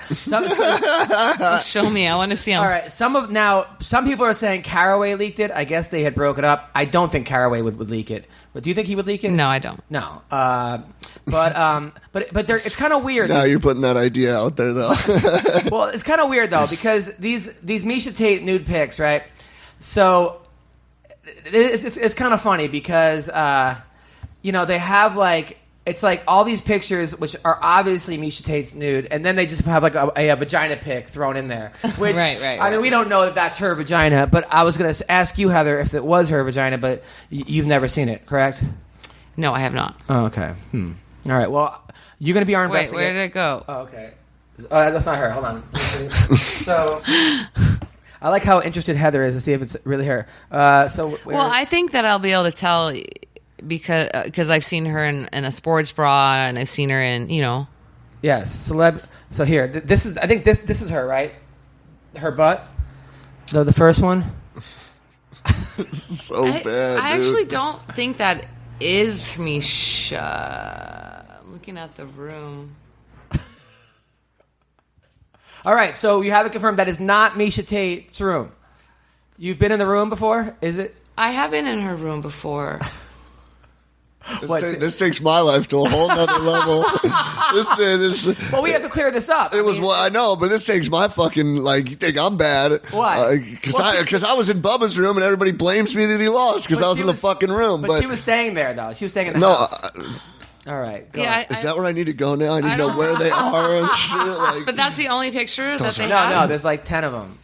By the way, I was only looking at this through research to make sure that this was not her, to disprove them. I was not at all looking at them for any kind of Don't mind pleasure. the fact that his keyboard is a little stickier. All right, so Heather's on it. She's going to tell us if there were. All right, so Jessica Penne is fighting the most frustrating fighter I've ever seen, and you know what? She wins. She wins. That's these the fights. problem. But I don't enjoy watching her fight. But she wins. Penne. So basically, she's like the Ben Askren of boxing, kind of. Her name is Danielle Taylor. She's quick. She just beat Sohee Ham. I thought Ham won that fight. Yep. She lost to Mara Moroz, a split decision. That fight, I thought that was close. I think Jessica Penne should win this fight. But it might be close. This girl is so frustrating to fight. Yeah, because she's on her bike the entire time. She's quick as fuck, and she's got power. But she just doesn't necessarily plant her feet to kind of use it. Who do you think wins this fight? I think a lot depends on the emotional state of Penny. Yeah. By the way, the dates I went on with Penny she's were really the worst strong. dates I've ever had in my life. We went on a couple dates. She seemed very angry during the conversation. She's cool. She came on my show on like the show and helped me out on the Oxygen show, and we're friends. And I actually got her at the award show presenting. I like Jessica Penne a lot, but dating her, she just has resting bitch face, and she is so cold. She doesn't want to talk about MMA, and she's just like, Jesus Christ. That might have been the worst date I've ever had in my life. No, it wasn't the worst, but and then at the end, I went over her house. She went back to her house. I think I might have invited myself, but somehow I got invited back to her house, and then her dog jumps on my back. So like it was like that night towards the end where like maybe we were gonna kiss or something, and then her fucking huge dog just like tackled me. Her dog is like 700 fucking pounds. It looks like the guy from the Never Ending Story, and then fucking her dog basically pinned me and started fucking eating my face. It was that was our date. Anyway, go on. I'm still trying to tell. You're still looking at the nude pictures? Yeah, I'm looking at the nude Oh pictures. my god, that was the best story ever. It is pretty funny. It is pretty funny. But so Jessica Penne, I think I don't know. I wrestled that girl Danielle. Really? Yeah, for the Ultimate Fighter tryouts. You beat for her? like a minute. Well, we just I didn't do anything. I was trying to go for an arm drag, and then she ended up pushing me back, and then I think I was going for like a triangle, and then they were like called it, so nothing happened. So who do you think leaked these photos, by the way? If I they don't are think her. they're her, actually, honestly. Really, you think another girl that has her build and that butt I blame McCorkle. and has the UFC belt in the background? No, I'm kidding. UFC belt. In No, the I'm just background. joking. The ones that show her face Why are is there a moniker definitely that her. says Misha Right. Tate? And I don't know. I mean, they definitely could be the ones of her butt. I think the ones of the front, like this. There's this one of her that's got, or they're showing it like she's holding her boobs, and that doesn't look like Her boobs, yeah. No, it doesn't look like jewelry that she would ever wear. Oh, Heather's on the case, guys. Heather knows the whether or not they're Misha Tate. And the girl has like long nails. This one, Yeah. she has long nails. Misha never has long nails. There we Like, go. Okay, people, So all you fucking perverts. Well, that ruins my plans for this evening. Yeah, all you perverts that were watching these You know, things. these ones of her butt. I don't know if it's her or not. Like, I don't remember if that's her makeup bag or phone case or anything. So who knows? Yeah. And it's not a big deal. It's a fucking ass shot. Yeah. Well, yeah. It looks very red though. Like she might like have like a rash or something on her. Adam, did you But hear if it makes people happy that that's her butt, and then great, whatever. All right. What was that? Did you hear the conference call with Ellenberger and Mike Perry? Yeah, on Chael's thing. Yeah. Yeah, I heard it. Yeah. No, I mean, look, Mike Perry. I can't wait for this fight. I really hope Jake wins. Yeah, but if Jake beats him, you're the one that has to fight Mike Perry next. Why? Because he's gone from Allen to Jake, and it's Oh. fucking hosts. Yeah, I'll let Heather fight him. Now, another Would person. you do a celebrity MMA fight Yes, but I have to be with like the puffy MMA gloves, shin pads, headgear? Well, like the how 24 much money are we ounce talking foam ones? about? No money. None. Oh, no. No, but you're gonna for charity. But you're fighting No. me. Absolutely. I do enough charity shows. But you're fighting me. No, yes, because I 100%. have a guy. I have a guy. Who? My hairstylist in Vegas. No, We I'm not had doing- this I don't- no, conversation. I'm not training. And He's doing the all that. same age as you. I want money. I money. I You fight could. for- He doesn't have any wrestling experience. Adam Hunter fights for money. I'm not gonna have those big fucking gloves. And I not be may able to know a wrestle. guy. You could not the big ones, the puffy MMA ones. Like they're like 7 ounces. They're like it's what we spar in, Adam. Oh, I'd have to do it for money. I do a lot of charity events. Are you kidding me? I do every fucking third show I do is for charity. If I'm gonna fight, I gotta get fucking paid because I'm gonna take it very seriously. And I'm gonna work out fucking 3 times a day. You know, Monday and it'd be a Tuesdays. great, for your Exposure. Yeah, I have plenty of great exposure. Your charity shows are every I'd Monday rather and do a sex tape Tuesday. with you. All right, what was that? Your charity shows are every Monday and Yeah, Tuesday. yeah. My whole fucking life has been for charity. I don't need to get beat up by a hairstylist for but charity. this would be so much fun. I want to get paid. If Adam Hunter, show me the money. Okay, well maybe we can $100,000. get. Oh, really? 100 grand. To What are fight you, with big CM gloves and Punk? Yes, 100 shin grand. guards and stuff. $100,000. Yes, I'll do it for no shin guards. I don't want anything. All right. I have an idea. What's that? I'll put up the 100 G's. Yeah. We fight. If I win, I'm the new host of MMA Roasted. Deal. Fucking. If you win, I'm going back to college. I'm quitting my life. I'm so fucking Latin. But we're fighting WWE rules. Oh, you get to bring chairs and interferences. shit? Oh, Interferences. Oh, yeah, great. You fucking hire one of those fucking jabronis. Won't have to you know. hire anybody. I'll pay fucking McCorkle to show up. Yeah, he'll fucking. I'll pay him to fucking double cross you. All I right, have more so- money than you. All right, let's talk about DJ. Your parents have more money than me. So Demetrius I have more Johnson. money, yeah. Demetrius Johnson. I actually ran into him on the airplane. By the way, so funny. Guy can't get away from me. We're on the same flight, and I was like, "The champ is here," and he looked at me like, "Who the fuck is it?" It took him a second to realize who I was. It was so embarrassing. I was like, You look like such a schlub. such You're an idiot. just I'm like, the champ. And it was like 5 o'clock in the morning. He's like, oh, Jesus. He looked at me like, well, who the fuck is it? And then he realizes me. He's like, hey, Adam. And then, but we fucking. How many pictures did he have to take after you did that?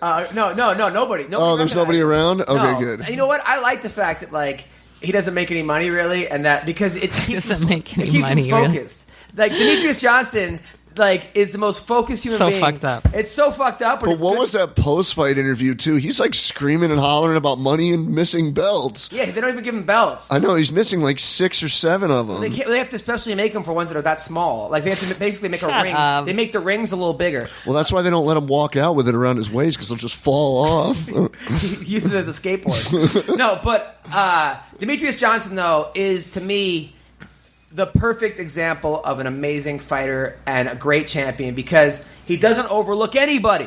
He fights Wilson Hayes the same way he fights John Dodson. Who's that? Morgan. Oh, what's up, Morgan? How are you? It's always good to Skype people in that people In the can't see middle. on a podcast. FaceTime. What's going on, Morgan? You got to shave, you fucking homeless bum. Look at his All right. hair, though. He got a haircut. He looks good. You look good. All right, so Demetrius Johnson, like I said, is the perfect champion. He fucking, you never, like he said, you don't hear, he even fucking threw John Jones under the bus. He goes, you don't see me getting arrested for coke. You don't only see me hiding doing under hit and there. run. You don't see me hiding under the fucking cage.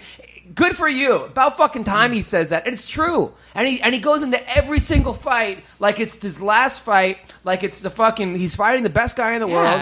And, well, he's got to. Last fight, no. Well, Last fight, Tim Elliott? Yeah. Tim Elliott's an awkward No. motherfucker. But he said it was. I'm just saying because he said in an interview going in, I already love beat Tim. both their coaches. But maybe he said that, but Like, yeah, but I asked him about that. I told him, I go, you concerned me when the last fight with Tim Elliott won the first round. He's like, he didn't win the first round. I still think he won the first round, but he's like, he just had me like he said that Dotson hit him the hardest. He said Of course, I'm Dotson sure. hit him where he didn't know where he was. Wow. Yeah. And then he said the first Uncle Creepy fight was also. But we were talking to Demetrius, and he's such a nice guy. And then I actually walked past him on the plane. This is how talk about saying stupid things, right? So he gets first class, of course, which they should put him in the fucking overhead bin. But he gets to go to the cockpit on his birthday. yeah, he's in first class, right? No one knows who he is, which is even funnier. But he's in first class. So I'm walking past him, going into coach, and he's watching himself celebrate. I'm like, "Are you really watching yourself dance?" And he's like, "Yeah." I'm like, "Oh, I would too, man." He doesn't. The quick save. He doesn't really get my humor, but he was nice. At the end, he was like, "Adam, man, have a safe trip back, happy holidays." And like, I'd love to. I asked him to do the podcast. He said he would love to.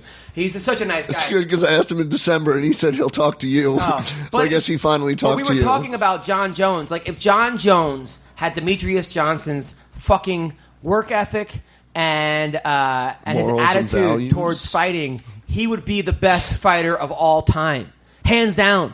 It wouldn't even be a fucking. And then you could say, well, Adam, guys like that live on the edge, and maybe he wouldn't because he'd get bored. Whatever. he's still he's still the best fighter. I still think he's still better talent-wise, than. he's still... But he's taken so much time out of his prime. If he goes back and loses his next fight, say he loses. You don't think he He's will? not going to lose. Okay, let's say he does. Who is it? Hello? Oh. It's a joke. CB? Okay, but let's say he loses his next fight, which I mean, I think Cormier has a good shot. Oh, I think someone's delivering something. Yeah, let him in. What? Oh, man, my fiance is moving in, so like there's all kinds of boxes here now. I mean, he wait. So you don't think Cormier's gonna beat him? No.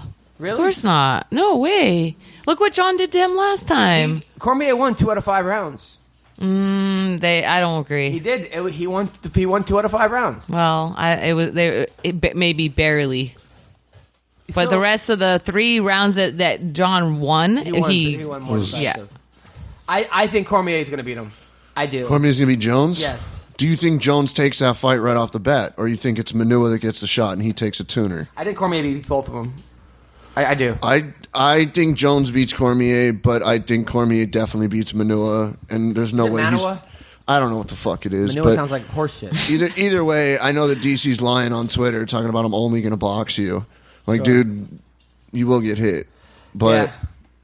I don't know. I just hope for the sake I hope of, it's Jones. I just hope for the sake of like just morals and good people and like life making sense to me that Cormier beats John Jones. But you know, Well, if it is Jones, it's in Anaheim, July 29th. wow. Nice. And Cyborg announced this morning, it's not official yet, but Cyborg announced on her Instagram that she's fighting Jermaine on that card. Nice. Really? So if Jones agrees, you're going to see Jones, Cormier, and possibly Cyborg Jermaine on the Anaheim card. You still got about 9 or 10 fights to fill. I hope Jermaine wins, but yikes. That's a hard I don't fight. think Jermaine's going to win that fight. I hope Jermaine wins. So I like Jermaine so much. I don't think Cyborg loses at 145 in the UFC. I don't think so either, but I hope. I know. Can a guy hope? Why do you have to fucking kill my hopes? Yeah, but you know what? I'd rather see her and Jermaine than Cyborg and Holly. I think Cyborg knocks Holly unconscious. I mean, I think she could do it to Jermaine too, but Yeah. Holly don't need that. She's So this week, by the way, this Friday night, Bellator has a great event. They have not. I have not heard anything about it. No one's talking about it. Nope. It's fucking nonsense because they have the fucking champion fighting, Daniel Strauss. Love Daniel Strauss fighting Pitbull, the same Pitbull that just beat Thompson, right? No, Patricio Pitbull, the 45er that broke his shin against Benson. Oh, okay. He's back with a title shot. Okay, has he fought since Benson? I don't think he has. But they gave him a title shot? It is Bellator. All right, well... Strauss needed an opponent, and Weichel just fought. I hope Strauss wins. I like Strauss. I love it. Yeah, man. I mean... so he's fighting. Also on the card, fight. AJ McKee is fighting. And I'll tell you what. This kid, AJ McKee, is fighting. I looked at his record. He's 11-1. His one loss is to Cody Nolov by knockout. Early in his career. He's won 8 fights in a row. And he's from Pittsburgh. He's from Philly. So his kid's tough. And he's beaten everybody he's beaten. Yeah, he has not beaten any world beaters yet. But I went and looked at the records of the guys he's beaten, and they're all like 7-0, or they were 7-0, 12-3, 19-4. He's not beating guys. Sometimes you look at records and like, especially with female fighters, I hate to say it, but you look at some of the female fighters, the girls they've beaten, and like, yeah, the girl's 7-0, but she beat a girl that was 4-6, or 1-7, or you're like, okay. I mean, there was a couple people out there. Yeah, records are just numbers, really. It just all depends on who you fought. But this guy's beaten some good guys, and AJ McKee may have his first test. So you calling the upset? I don't know, because I haven't seen him fight. I've only seen his record on Sherdog and who he's lost to and who he's beaten. But it looks like if AJ McKee fights the way he did 2 fights ago, where it was a close one, or I think it was the last fight, it was a close one. I don't know, he fights so often. I think he's had 2 since the Cody Walker fight. If AJ comes in and thinks he's going to walk through this guy, he may lose. He always thinks that, though. Yeah. He thinks that with every opponent he goes in the cage with. Yeah, and AJ's young. He's young, and he's cocky, and he's talented.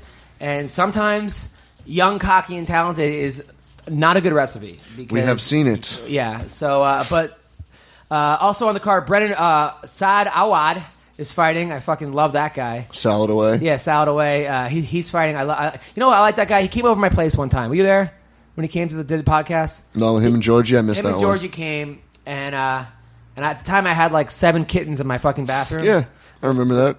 And we were like, I was showing them the kittens, right? So it was like I have like these 2 tough guys in my thing, and we're all playing with these little kittens, And he says to me, he goes, "Oh, it's so nice you do this, man. You could tell how a guy's character by how he treats animals."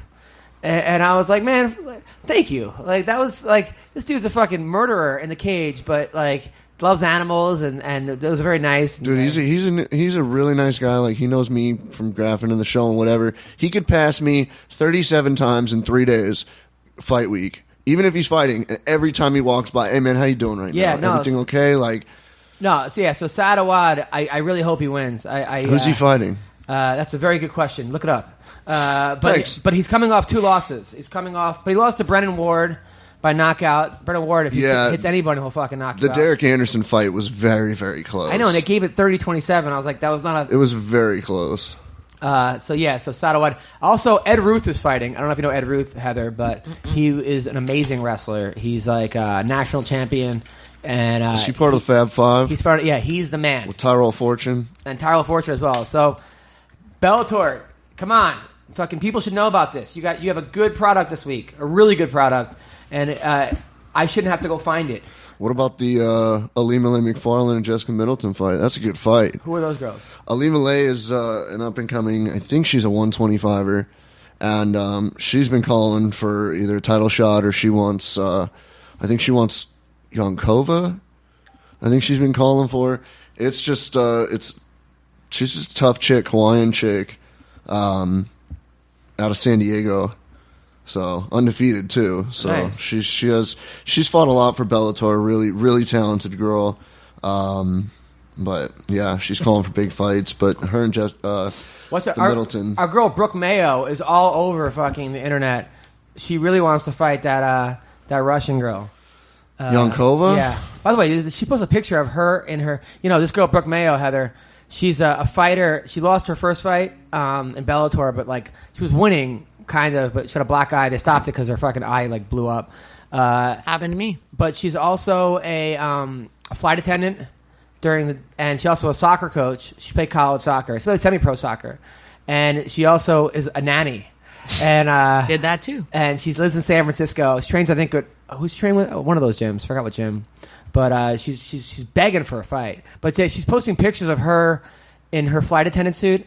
And damn, it looks pretty good. That's all I'm saying. That's the whole point of the story. There's actually no fucking point of the story. I was like, It's funny. So fucking last night I did a show and there was like 12 people there, but they were fun. They were a fun 12. I'd rather have a fun 12 than a fucking miserable 200. Honestly, it's funny that this is a consistent story with the Dime Bar because no, that beginning it was the parlor. I did the parlor. Oh, it wasn't afterwards. But I started fucking with everybody in the crowd, and this one girl who has like a Bulgarian accent, and she's like, Adam. She goes, I go, what do you do? She's like, I'm a stripper at a lesbian bar, and my boyfriend he strips at a gay bar.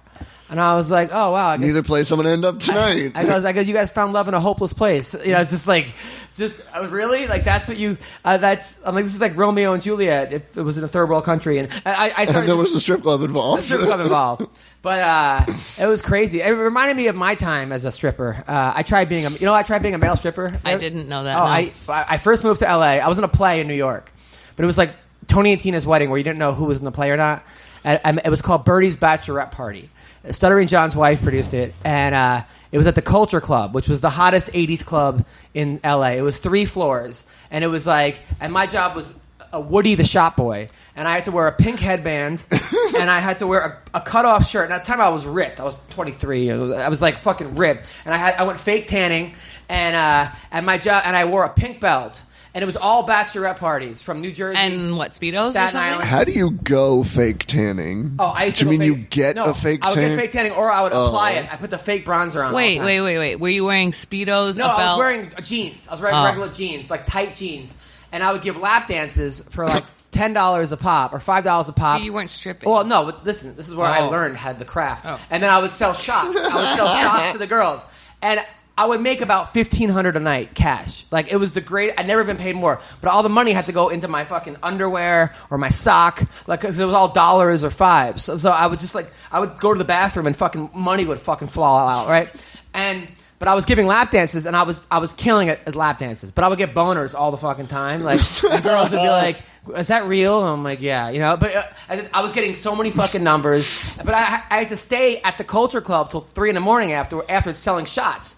And I would get drunk. I would take about 15 shots a fucking night because I would do a thing where I was like, have to, right? Well, the bachelorettes were so stupid. They'd be like, "Hey," the parties would be like, "Hey, can we buy Jen a shot?" I'll tell you what. There's like 20 of them. What was your name? Woody the Shop Boy. I go, and it said Woody in the back of my shirt. I go, listen. Oh my God. Here's the deal. I said, if all you guys do a shot, her shot's on me. And the girls would be like, okay. So I would sell fucking 20 shots as opposed to one. And then I would either put the shot glass in my mouth and make girls do shots out of my mouth, or I would put the shot glass right by my cock, and then the girls would get on their knees and fucking put it in their mouth. Right? That was like my fucking trick. So I would clean house. Wow. Where is Shanato for this? God damn it! I would clean house of this, right? So, but then, I need video proof. But then I got fired. But then it got bad because girls would fucking steal my pink headband and run around, and I'd have to get the fucking bouncer, or guys would fucking start with me. Because, guys would say shit. Why were there guys there? Well, afterwards, it was the nightclub. So it was, guys and girls. It was all Bridge and Tunnel, which Bridge and Tunnel means Staten Island, New Jersey, Long Island. That's what people in Manhattan call the Bridge and Tunnel crowd. People that take the bridge or the tunnel to New York. So it was all Guidos. It was back when, it was all that time, right? And fucking guys would fuck with me, and then I'd go like this. I would just snap my finger, and this fucking huge-ass bouncer would remove the guy from the fucking club. Because anybody who fucked I had, I was making the club so much money. That's my favorite part. You're just snap, and this big-ass motherfucker just shows up. What are you doing? Yeah, I was selling 7 or 8 fucking bottles a night. I was going through 7 or 8 bottles a night of shots, and then they fucking loved you. And then there was a fake boy George that would fucking dance, and he fucking loved me. I'd be like, "Hey George," he'd be like, "Hey Woody." Like, me and fucking George were friends, right? So anyway, was there a guy named Buzz? So I fucking moved out to LA, right? I moved out to LA. I ended up quitting the job because I just couldn't do it after a while. Plus, I would give out flyers on my comedy shows to all the girls. So then that week, every show was filled with all these chicks who I think liked me better as Woody the Shop Boy. They hear my act and they didn't like me anymore. But But I was getting laid like fucking crazy doing this fucking thing. I was making out with like 7 girls a night, but I was getting fucked up. Like I was taking 12 shots. I was on Rip Fuel, creatine. I was taking, Adderall, Celexa. I was getting fucking high off my ass. The one night I actually went off because one of the side effects of Celexa is it takes forever to come. And one time I like went off it, and then I actually nutted on the dance floor. Like I was dancing with some chick grinding, and I was like, ugh. And then it was like, not real. I swear, I looked down because I wasn't wearing underwear. I'm like, holy shit! I had to dump a whole fucking thing of water on my pants to fucking blend in. Anyway, so I move out to LA, right? I move out to LA. And I've never been so happy. I need a fucking job, right? I can't believe you just said that. This is the early 20s. So fucking, I moved out to LA. I fucking need a job. So I look up a thing that said like stripogram online. I'm like, oh, I can fucking. They have male nude maids too out here. Oh, really? Yeah. He's like, fuck that. I'm not cleaning. Joe the Kid Perez. All right. So anyway, Joe doesn't clean. His dad does. Good point. So I'm like, you know what? I'll take a job as a male stripper. I know how to do it. No one will know me. Blah blah blah. So I fucking the first like 2 parties they were out like I don't know like Riverside or something. It was just like, and I got like a Speedo. I had like a cop uniform. I'm like, hello, we're making an arrest for failed parking tickets. So I was dancing and it was cool. But the third party was all these Mexican chicks in Compton, and they were fucking out of control. They were trying to get me naked. There's Mexicans in Compton. Yeah, I think it was Compton. I don't know where it was, but it was like it was one of those parties where like they fucking like they were trying to like blow me, and I was like. A part of me wanted to let them do it because I'm a fucking guy and that's what guys do, and who wouldn't want to have some of them were cute, but the other hand I'm like not a whore, I'm not a prostitute, but I would probably let them do it. So I was conflicted. There was like the angel and the devil going on of like what? Yeah, like they were like basically. So then they like I'm not gonna lie, and this might incriminate me, but the fucking angel should have got stuck in traffic. Well, the Bachelorette. The Bachelorette was like, "Let me see you naked," right? And I was like, "No." I was like, "No." And then anyway, so then it was like it got out of hand. The party got out of hand. I'll just leave it at that. The party got out of hand, and that was my last. That was my last. Obviously, got that out of hand. If it was your last. Well, because it was so much fun. It was, and I was like, "This is not a good job for me. Like, this is a job that I'm going to end up liking too much." It's like, when I did cocaine once or twice, I quit because I was too much fun. I'm like, I don't need to be doing this. Sometimes you have to quit things when they're too much fun. See, some people listening outside or listening to this podcast, you think that you have to quit things sometimes because they're horrible. But there's also the flip side of not being able to match the high that you get doing something. For example, like having threesomes. With your girlfriend. Yeah, that's great at the beginning, but then you just keep trying to top yourself, or having, going to sex parties or swinger parties. Eventually, yeah, it's fun, but you won't be able to sustain that level, and then everything else becomes low because you're not at that high. So it's a good lesson. Sometimes you have to. You've never had too much fun doing something that you had to quit, Heather? Oh yeah, I've been addicted. I was thinking about why I'm so sugar addicted and where that came from, because I am, and it started when I was a kid. And my parents, like my mom and her family, were really like into that. So, and it's a serious fucking thing, man. It really is. I have sugar addiction. Kit Kat bars. This yeah, because if you let yourself, sometimes you get off of it, and then you let yourself back just a little bit, and then it's like, and it happens when I have fights. I go off of sugar. I go off of like crappy food, and then when I come back after my fight and I indulged, and I'll indulge a little bit, and then it like starts this whole other thing and it is an addiction, and no less than a cocaine addiction or anything. Absolutely. No, it really is 100%. It's so bad. I recently quit. Well, I haven't quit totally, but I've limited myself to like 1 or 2 Pepsis a week. Nice. Or 1 or 2 Cokes a week.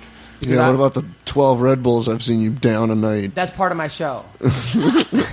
That's part of my show. I have to keep the energy up for the comedy show. I only do it during comedy shows, the Red Bull. I don't do it I know, I don't see you there any other time. You could drink like a beet juice before. You might have more energy than a Red Bull. Really? Yeah. I don't think they serve beet juice at comedy clubs. Well, that's good because the Don's not a comedy club. That's a good point. You could bring it. That's a good point. Like there's other things. There's so many healthy energy drinks out there that don't have that crappy sugar and caffeine that you could take. That. Yeah. Yeah. All right. Okay. Yeah. Now, are you going to watch the UFC this weekend? Yeah, of course. Nice. Yeah. Where are you going to watch it? Don't know. All right. And you, TV, where are you going to watch it? Probably home. Is it pay-per-view? No, it's free. UFC on It's Fox FS1. Sports. Oh, I'll watch it at home. Jake Ellenberger's fighting versus Mike Perry. That's the one I want to see. Yeah. She was here 20 minutes ago when we were talking about it. Yeah, I can't wait. I can't wait for that fight. Well, listen, people. I think that's our podcast. Anything coming up, CB? No. Heather? Yeah, I just dropped my 6th episode of my podcast, Believe to Believe. I had Michaela Mayer and Ginny Fuchs. They're boxers, USA boxers. Michaela went to the Olympics, and then Ginny's looking to go to the next Olympics. But Nice. Yeah, they're really freaking funny. If you've never, you should, you got to start following them.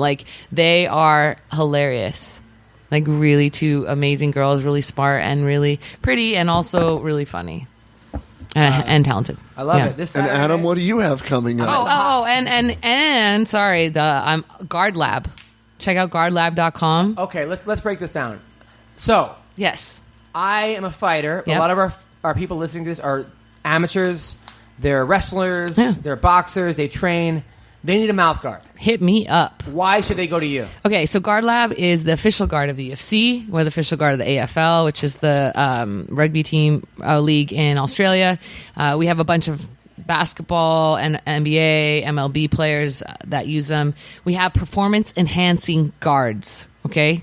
So, Performance I suck as a enhancement. fighter. I put on this mouth guard. I'm going to start winning fights. Yep. No. No. Why? So You're it not going helps. to get knocked out. Yeah. I mean, look at my last 2 fights. I got hit a lot, and my teeth were good, my jaw was good. The difference in this guard than every other guard, one, it's 3D scanned, 3D printed. The mouth guard is we use a 3D scanner, so it's no putty crap, all in gagging you and stuff. We and then we take your top and your bottom scan. We bring your jaw slightly forward by putting impressions on the top guard. That brings your jaw slightly forward, so you have disc space in the side of your mouth.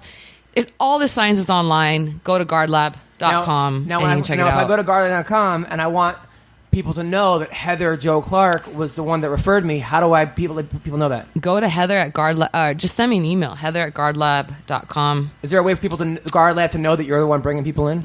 They can just contact me and I'll make sure they get taken care of. No, but I want to make sure you get taken care of. Yeah, so just go to Heather. Just email me if you have questions. You want to get hooked up. You want a mouth guard. You have a gym, or somebody who has a gym that might be interested in throwing an event, getting their whole team mouth guards. They just contact me, Heather at guardlab.com. Okay. Or go to the website and contact anybody. But it's a small startup company, so it will all be fun.